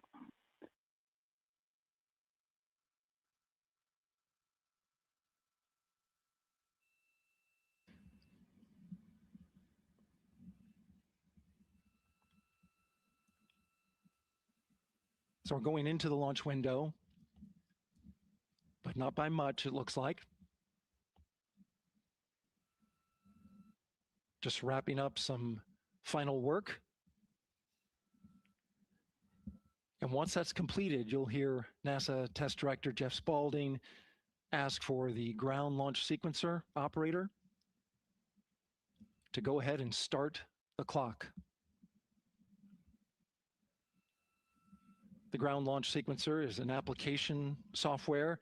It runs on top of the launch control system in the firing room, acts like a conductor of an orchestra, executing hundreds of commands in precise order and timing.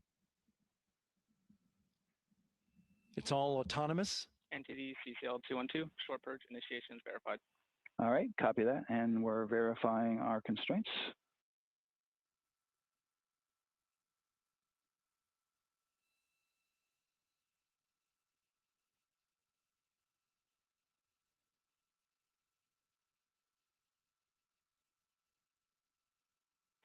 All right, and we're clear from cutouts.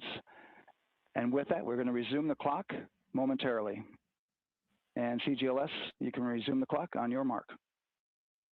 GLS copies. 3, 2, 1, mark. GLS mainline has been initiated. T-minus 10 minutes and counting.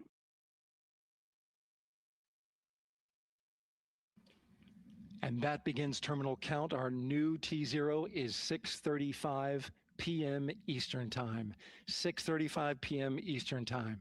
We are now counting down to liftoff of Artemis 2.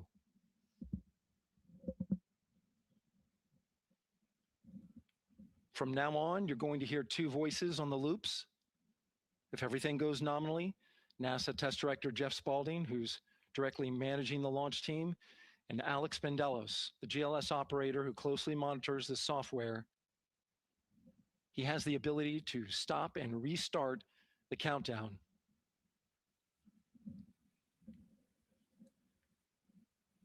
A lot of people ask about whether there's a launch button. There certainly is not. Flight and Rock, our new T0 is 223512. Houston flight copies. 223512. Affirm. There you heard confirmation of the exact T0, 6:35 and 12 seconds p.m. Eastern Time. Again, our T0 is 6:35 and 12 seconds p.m. Eastern Time. But as I was saying, there's no launch button. This is autonomous, but there is a button that keeps you from launching, and that button allows the GLS operator to pause the countdown outside of terminal count and during terminal count and submit a hold to the next holding point. So the clock won't stop right away. If there's an issue, we'll go to the next stable holding point. This is how GLS configures the rocket and ground systems to a stable point where they can stop the countdown if that's needed. But right now, we are counting down our next big milestone, looking to retract the crew access arm. GLS is go for crew access arm retract. And there you see the crew access arm moving away.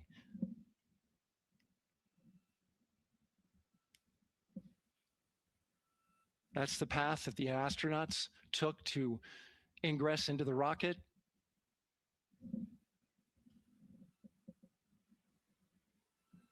Until this point, that was their way off the pad if they needed to evacuate. But now with that arm retracting, the backup transitions to a launch abort system, and they'll begin arming that shortly.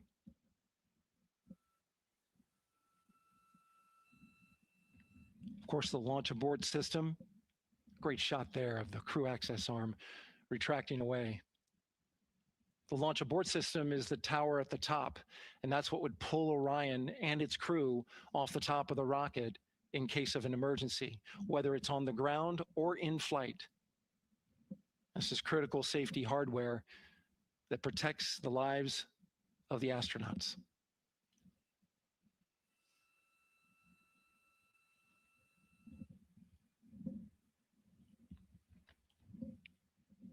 Starting at T-minus 6 minutes, the GLS will start bringing that and other high energy systems online, starting with core stage pressurization.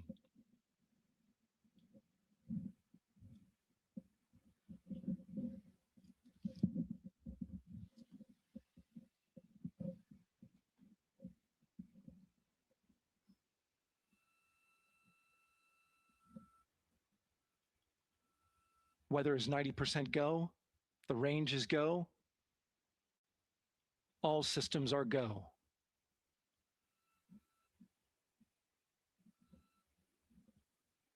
GLS is go for core stage tank pressurization. That means the replenish valve for the liquid hydrogen tank has now closed, and that tank is beginning to pressurize to flight levels because that hydrogen is naturally boiling inside the tank. We'll get the liquid oxygen tank a little later in the count. Now the team is waiting for verification that, if needed, the Artemis II crew could use the launch abort system to pull Orion safely off the top of the rocket in an emergency. Let's listen in for that call. GLS verifies last capability available. And CDR, do you copy? CDR copies, last available. That's great news, and you heard the NTD verify that with the commander of the mission. GLS is go for FTS arm. Now work is being done to arm the flight termination system. This is so the range safety can send a flight termination command if the rocket flies too far off track. There's a brief built-in delay, so the launch abort system has time to pull the astronauts to safety go for first. LH2 high flow bleed check. All right, the high flow bleed check. That's so the cryo team gets verification that the RS-25 engines, all 4 of them, are in the proper temperature range for launch.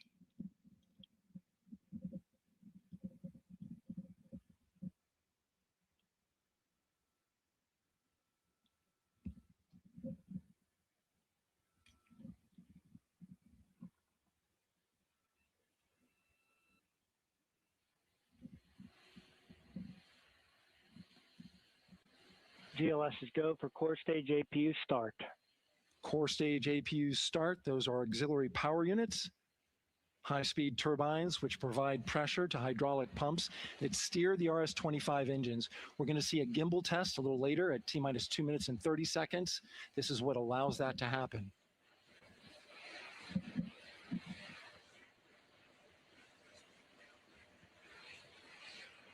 Coming up in about 20 seconds, we're listening for go for purge sequence 4. That's a helium purge of the 4 core stage engines downstream of the propellant valve. This gets all the air and moisture out of there.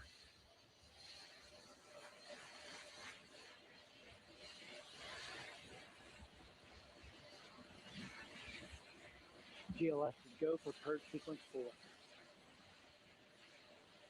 Moving through the milestones.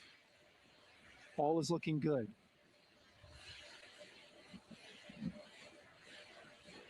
Coming up in just a few seconds, we're going to get that thrust vector control actuator test. This is a gimbaling of the engines.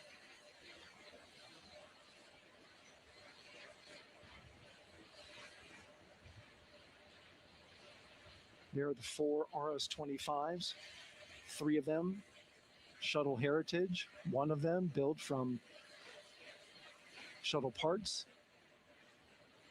And there you see them moving.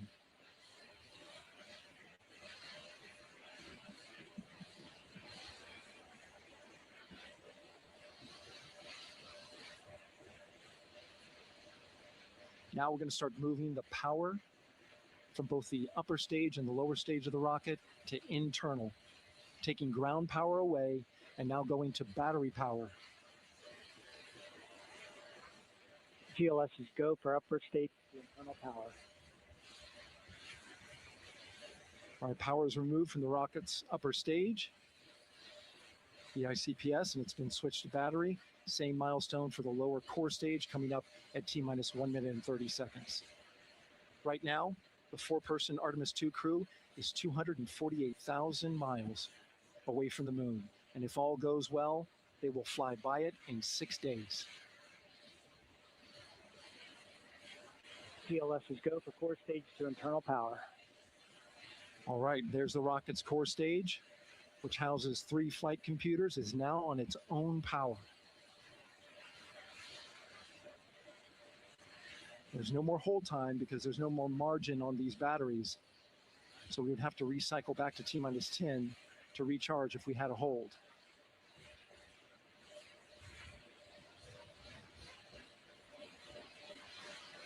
One minute.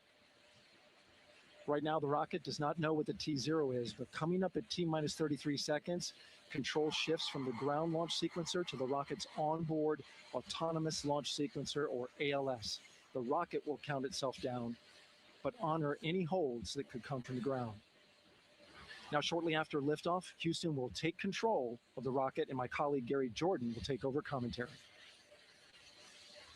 GLS, go for ALS. Great call out. The rocket is on its own. 4 brave explorers ready to ride the most powerful rocket NASA has ever launched. Sound suppression water is flowing. 15. And here we go.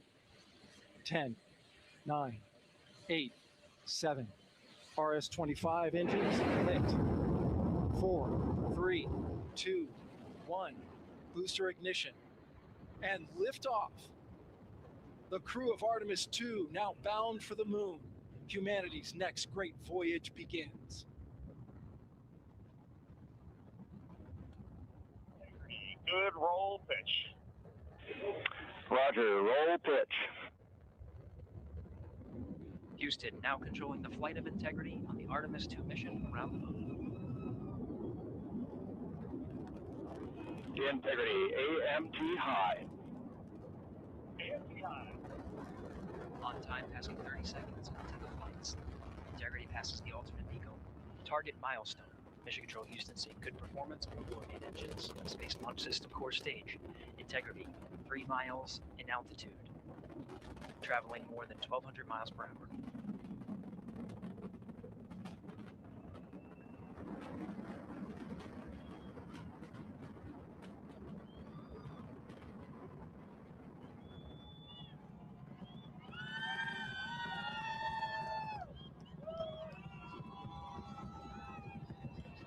Mission elapsed time, passing 1 minute, approaching max Q. On, Ponce de Leon. Stan, we have you loud and clear on Ponce de Leon.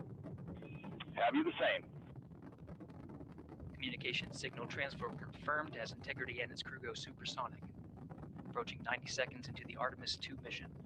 Integrity is 14 miles in altitude, 8 miles downrange, traveling more than 2,600 miles per hour.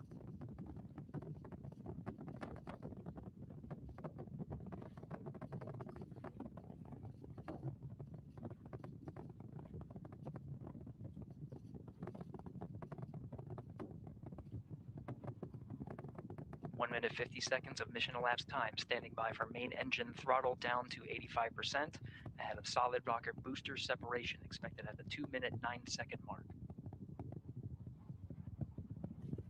We see throttle down.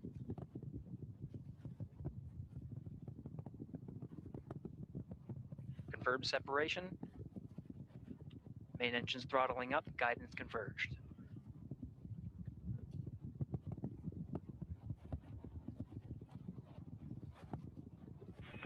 Integrity, guidance converged, performance nominal, upper stage RCS ready.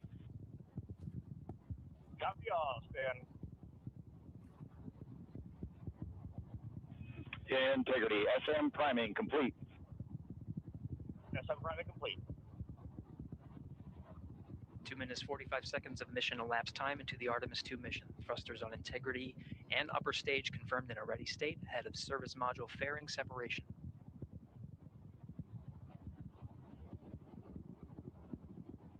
3 minutes into the flight. Integrity, 49 miles in altitude, 78 miles downrange, now passing 5,000 miles per hour.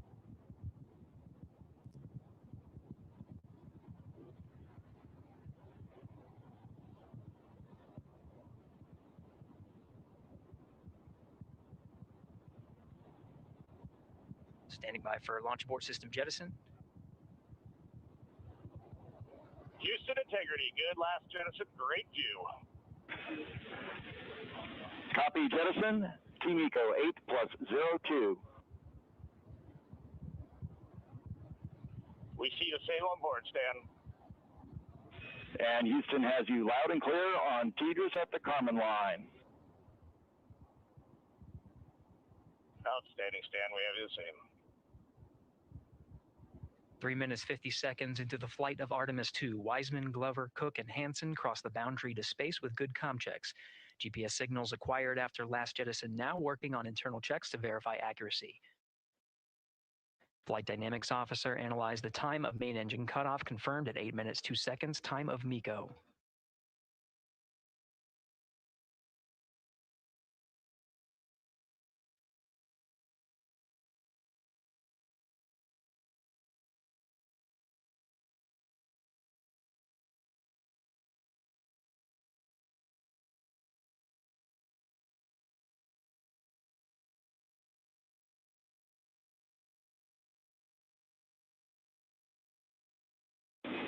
Integrity, GPS processing. Outstanding, Stan. We see the same, and we have a beautiful moonrise. We're headed right at it.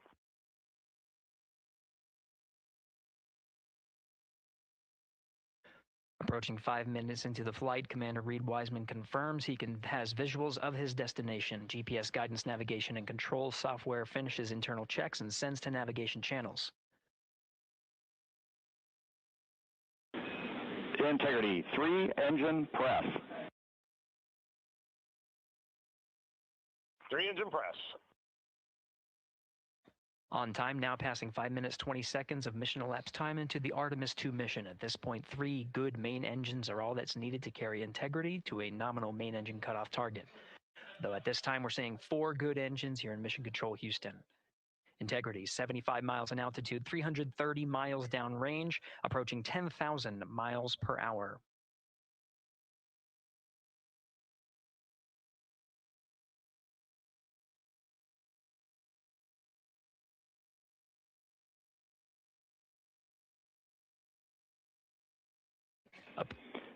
Integrity, looking good at 6 minutes.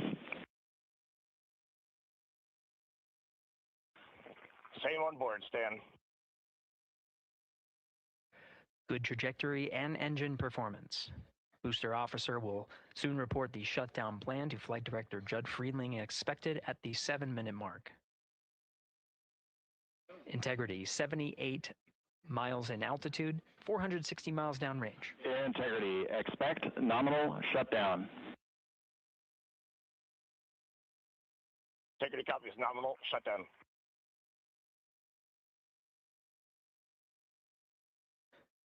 Six minutes, 40 seconds of mission elapsed time. Shutdown plan is as expected.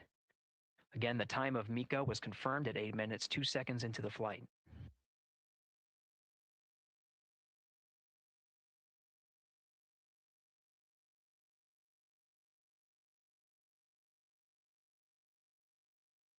Seven minutes of mission elapsed time. Throttling down as we approach the abort once around option. Milestone at the 7-minute, 30-second mark. Now 84 miles in altitude, 650 miles downrange, traveling more than 15,000 miles per hour. Integrity, AOA open. AOA open. The window is now open for an abort once around option that would target splashdown in the Pacific Ocean. Still following nominal ascent at this time.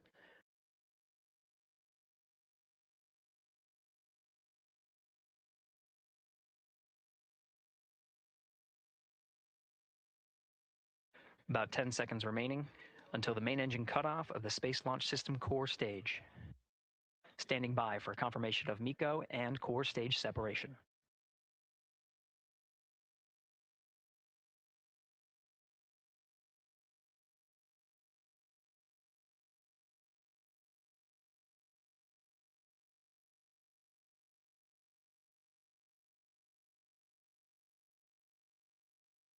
Integrity and nominal MECO, core stage separated.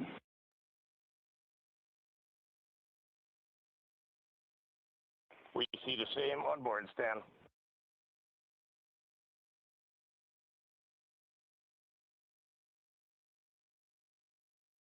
Eight minutes, 40 seconds into the flight, we have a nominal main engine cutoff heading in the right trajectory on the way to swing around the moon. Core stage has separated, done its job. The Space Launch System upper stage, the interim cryogenic propulsion stage, or ICPS, still attached to the Orion spacecraft.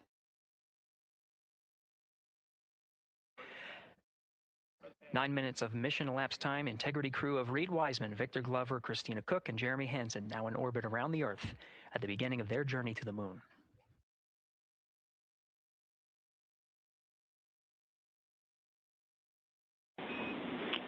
Integrity Houston, looking ahead to PRM numbers so far per the pad.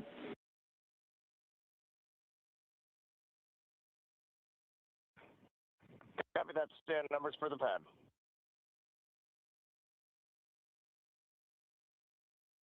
Capcom Stan Loves, we're now reminding the crew that the perigee raise maneuver time of ignition is as expected prior to booster ignition. That time being 49 minutes, 50 seconds of mission elapsed time.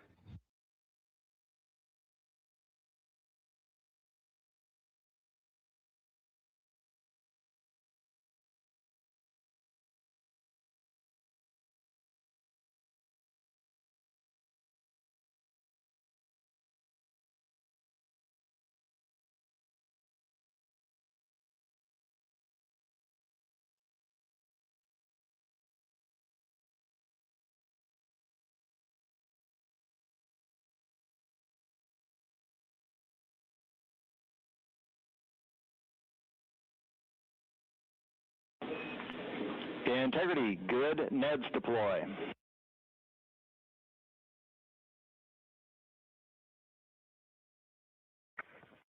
Copy that, Stan. Good, Neds.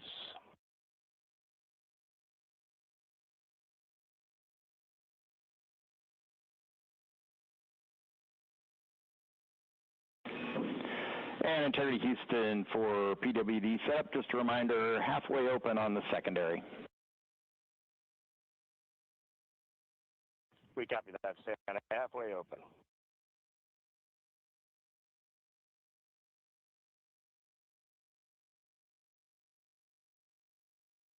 Passing 11 minutes of mission elapsed time. Here, overhearing the conversation between Capcom Stan Love and Commander Reed Wiseman, already passing some milestones. We have a good nozzle extension deployment system. That is confirmed, complete. We also have the visors are confirmed up. Now past the dynamic phase of flight, that is ascent. Their launch and entry suits that provided them an extra layer of protection. Now not as needed. They're going to raise those visors. And later in today's mission, they will begin to egress or get out of the suits to begin some of their initial tasks of activating some of the systems aboard in the Integrity spacecraft. It's passing 12 minutes of mission elapsed time. Again, the perigee raise maneuver that's targeted near 50 minutes of mission elapsed time, 49 minutes, 50 seconds. That's what the crew is going to be working towards. The Commander Reed Wiseman, pilot Victor Glover will focus on preparing for that milestone. In the meantime, mission specialist Christina Cook and Jeremy Hansen will start some of the activation of environmental control life support systems. You may hear confirmation of their activation over the Orion to Earth communication network.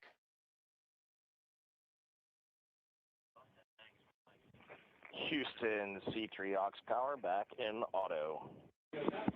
Copy C3 aux, and we're 2 minutes to maneuver.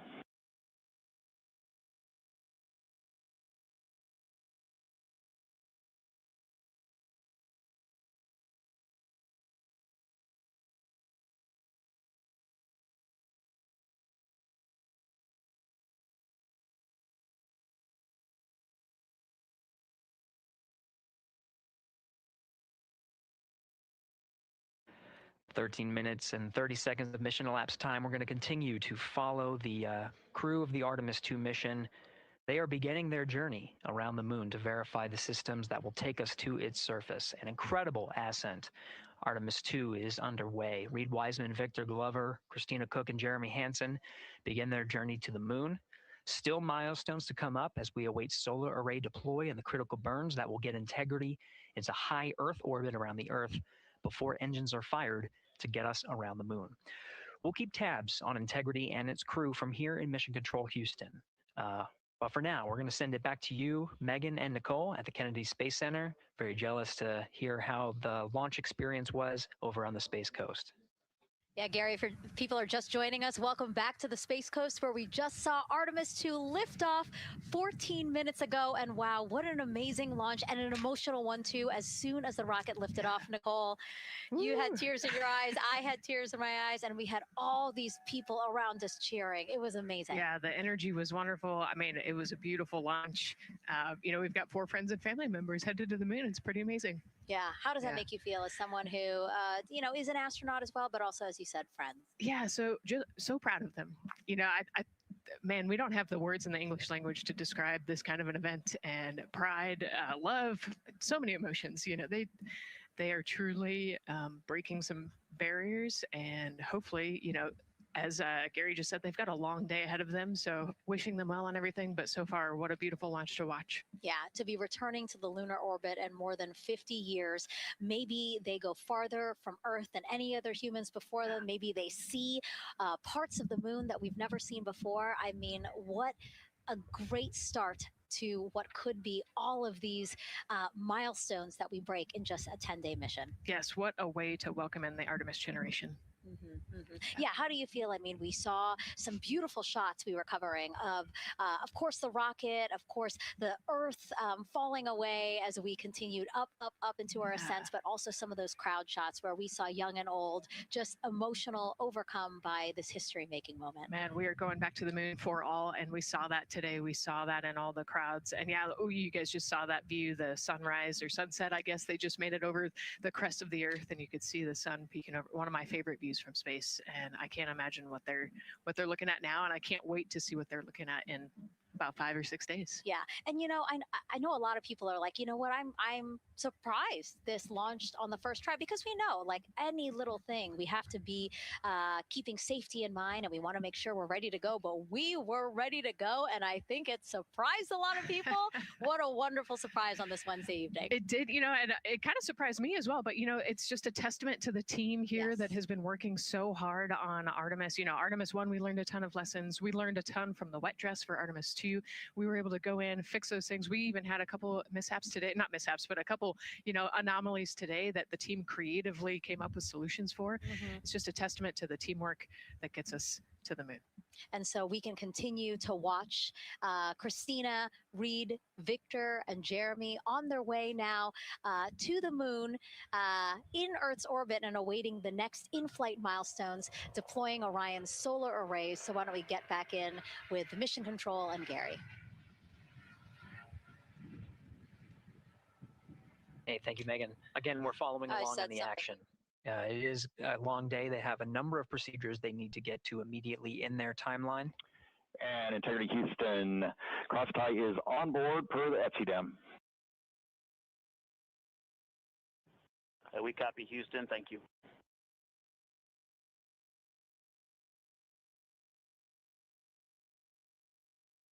Crosstie referring to flight controllers here initiating a connection between some of the batteries aboard the Orion spacecraft, allowing for an even distribution of power.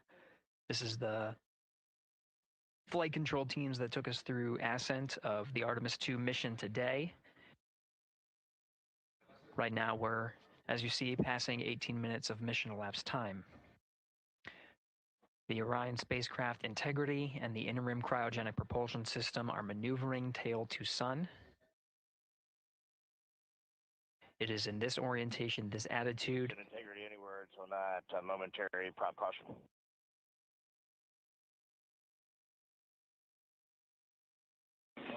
And Reed, no action, we're looking at it.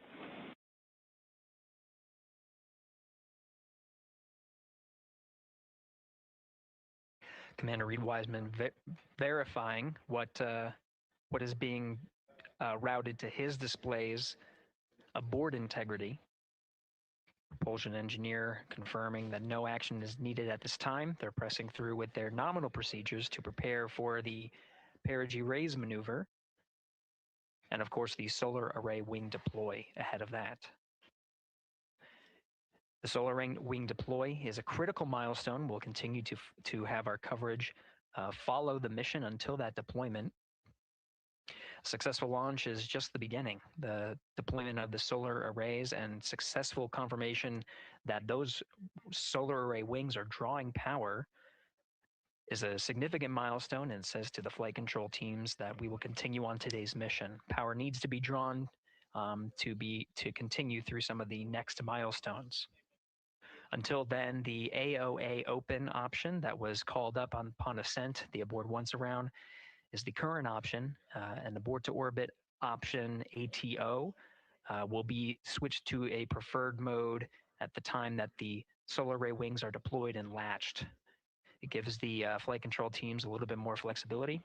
Integrity Houston, update on TDRS handover for your pad.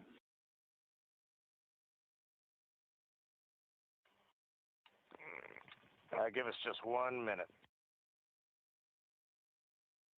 And Stan, you can read it. Ike is ready to copy.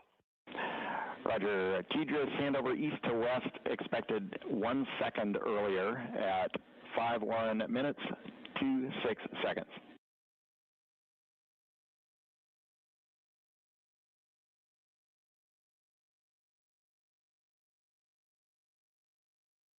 All right, Stan, we copy 1 second earlier for 5126 teachers east to west, and saws are starting to deploy. Thermal knives are firing. We concur. Thanks for the report.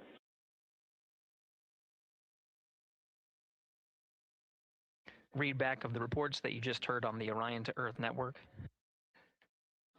Integrity has maneuvered tail to sun. The RL-10 nozzle on the end of the ICPS is pointed towards the sun, and the solar array deployment sequence has begun. With the deployment confirmed, it'll be several minutes until they are what is called in a latched position. Once they are latched and confirmed to be drawing power, they can switch the mode to ATO and continue along the mission. The teacher's handover at the pad, that message meant the crew was provided some preliminary numbers of when to expect handovers between the tracking and data relay satellites. Currently orbiting Earth at an altitude of 545 statute miles above the Earth, they are in a near-Earth network communication system. The tracking and data relay satellites, geosynchronous satellites that are stationed about 23,000 miles above the Earth. After the apogee rays burn, that occurs later today, the burn itself will put them in an altitude that surpasses the range of the tracking and data relay satellites, and they will transition to the deep space network today. And Integrity, for prop messages, we see 2 temperature measurements right near the line. It's that momentary message you saw earlier. We're going to suppress those. It's CM helium heater 2 T1 and heater 1 T1. They're going suppressed. Integrity, thank you. We see the same.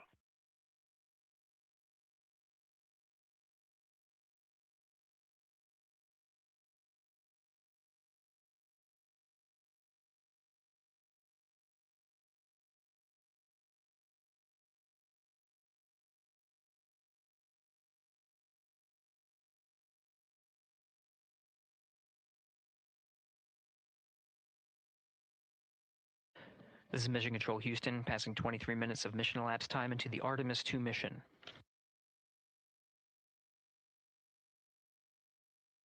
This is after a launch that began at 5:35 and 12 seconds Central Time, 6:35 and 12 seconds PM Eastern Time. Right now, the orientation you're seeing from our arrow visualization that translates some of the telemetry that we're getting from the spacecraft and puts it into a model so you can follow along on some of the milestones that we are following here.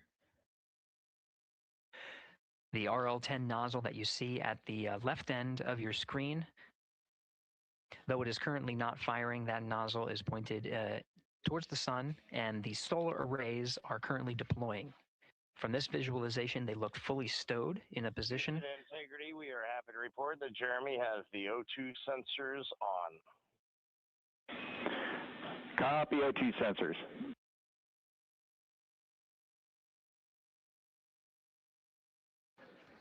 Again, Commander Reed Wiseman and pilot Victor Glover overseeing the deployment of the solar arrays. And we'll follow the attitude maneuver changes ahead of the first burn of the ICPS engine, the perigee raise maneuver. Integrity Houston, we see 4 saws deployed and latched, ready for ATO preferred. Yeah, we're almost there in the procedure stand, and we see the same thing.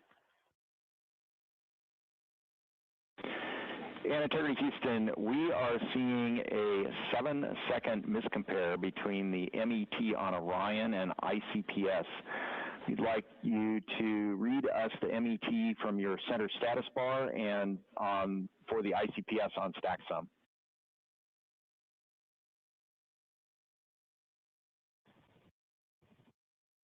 And Stan, we see a absolutely precise alignment. MET 25, 14, 15, 16, precisely aligned with ICPS MET.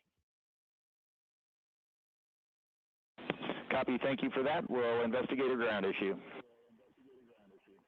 And Houston Integrity, ATO preferred set. Copy, ATO preferred.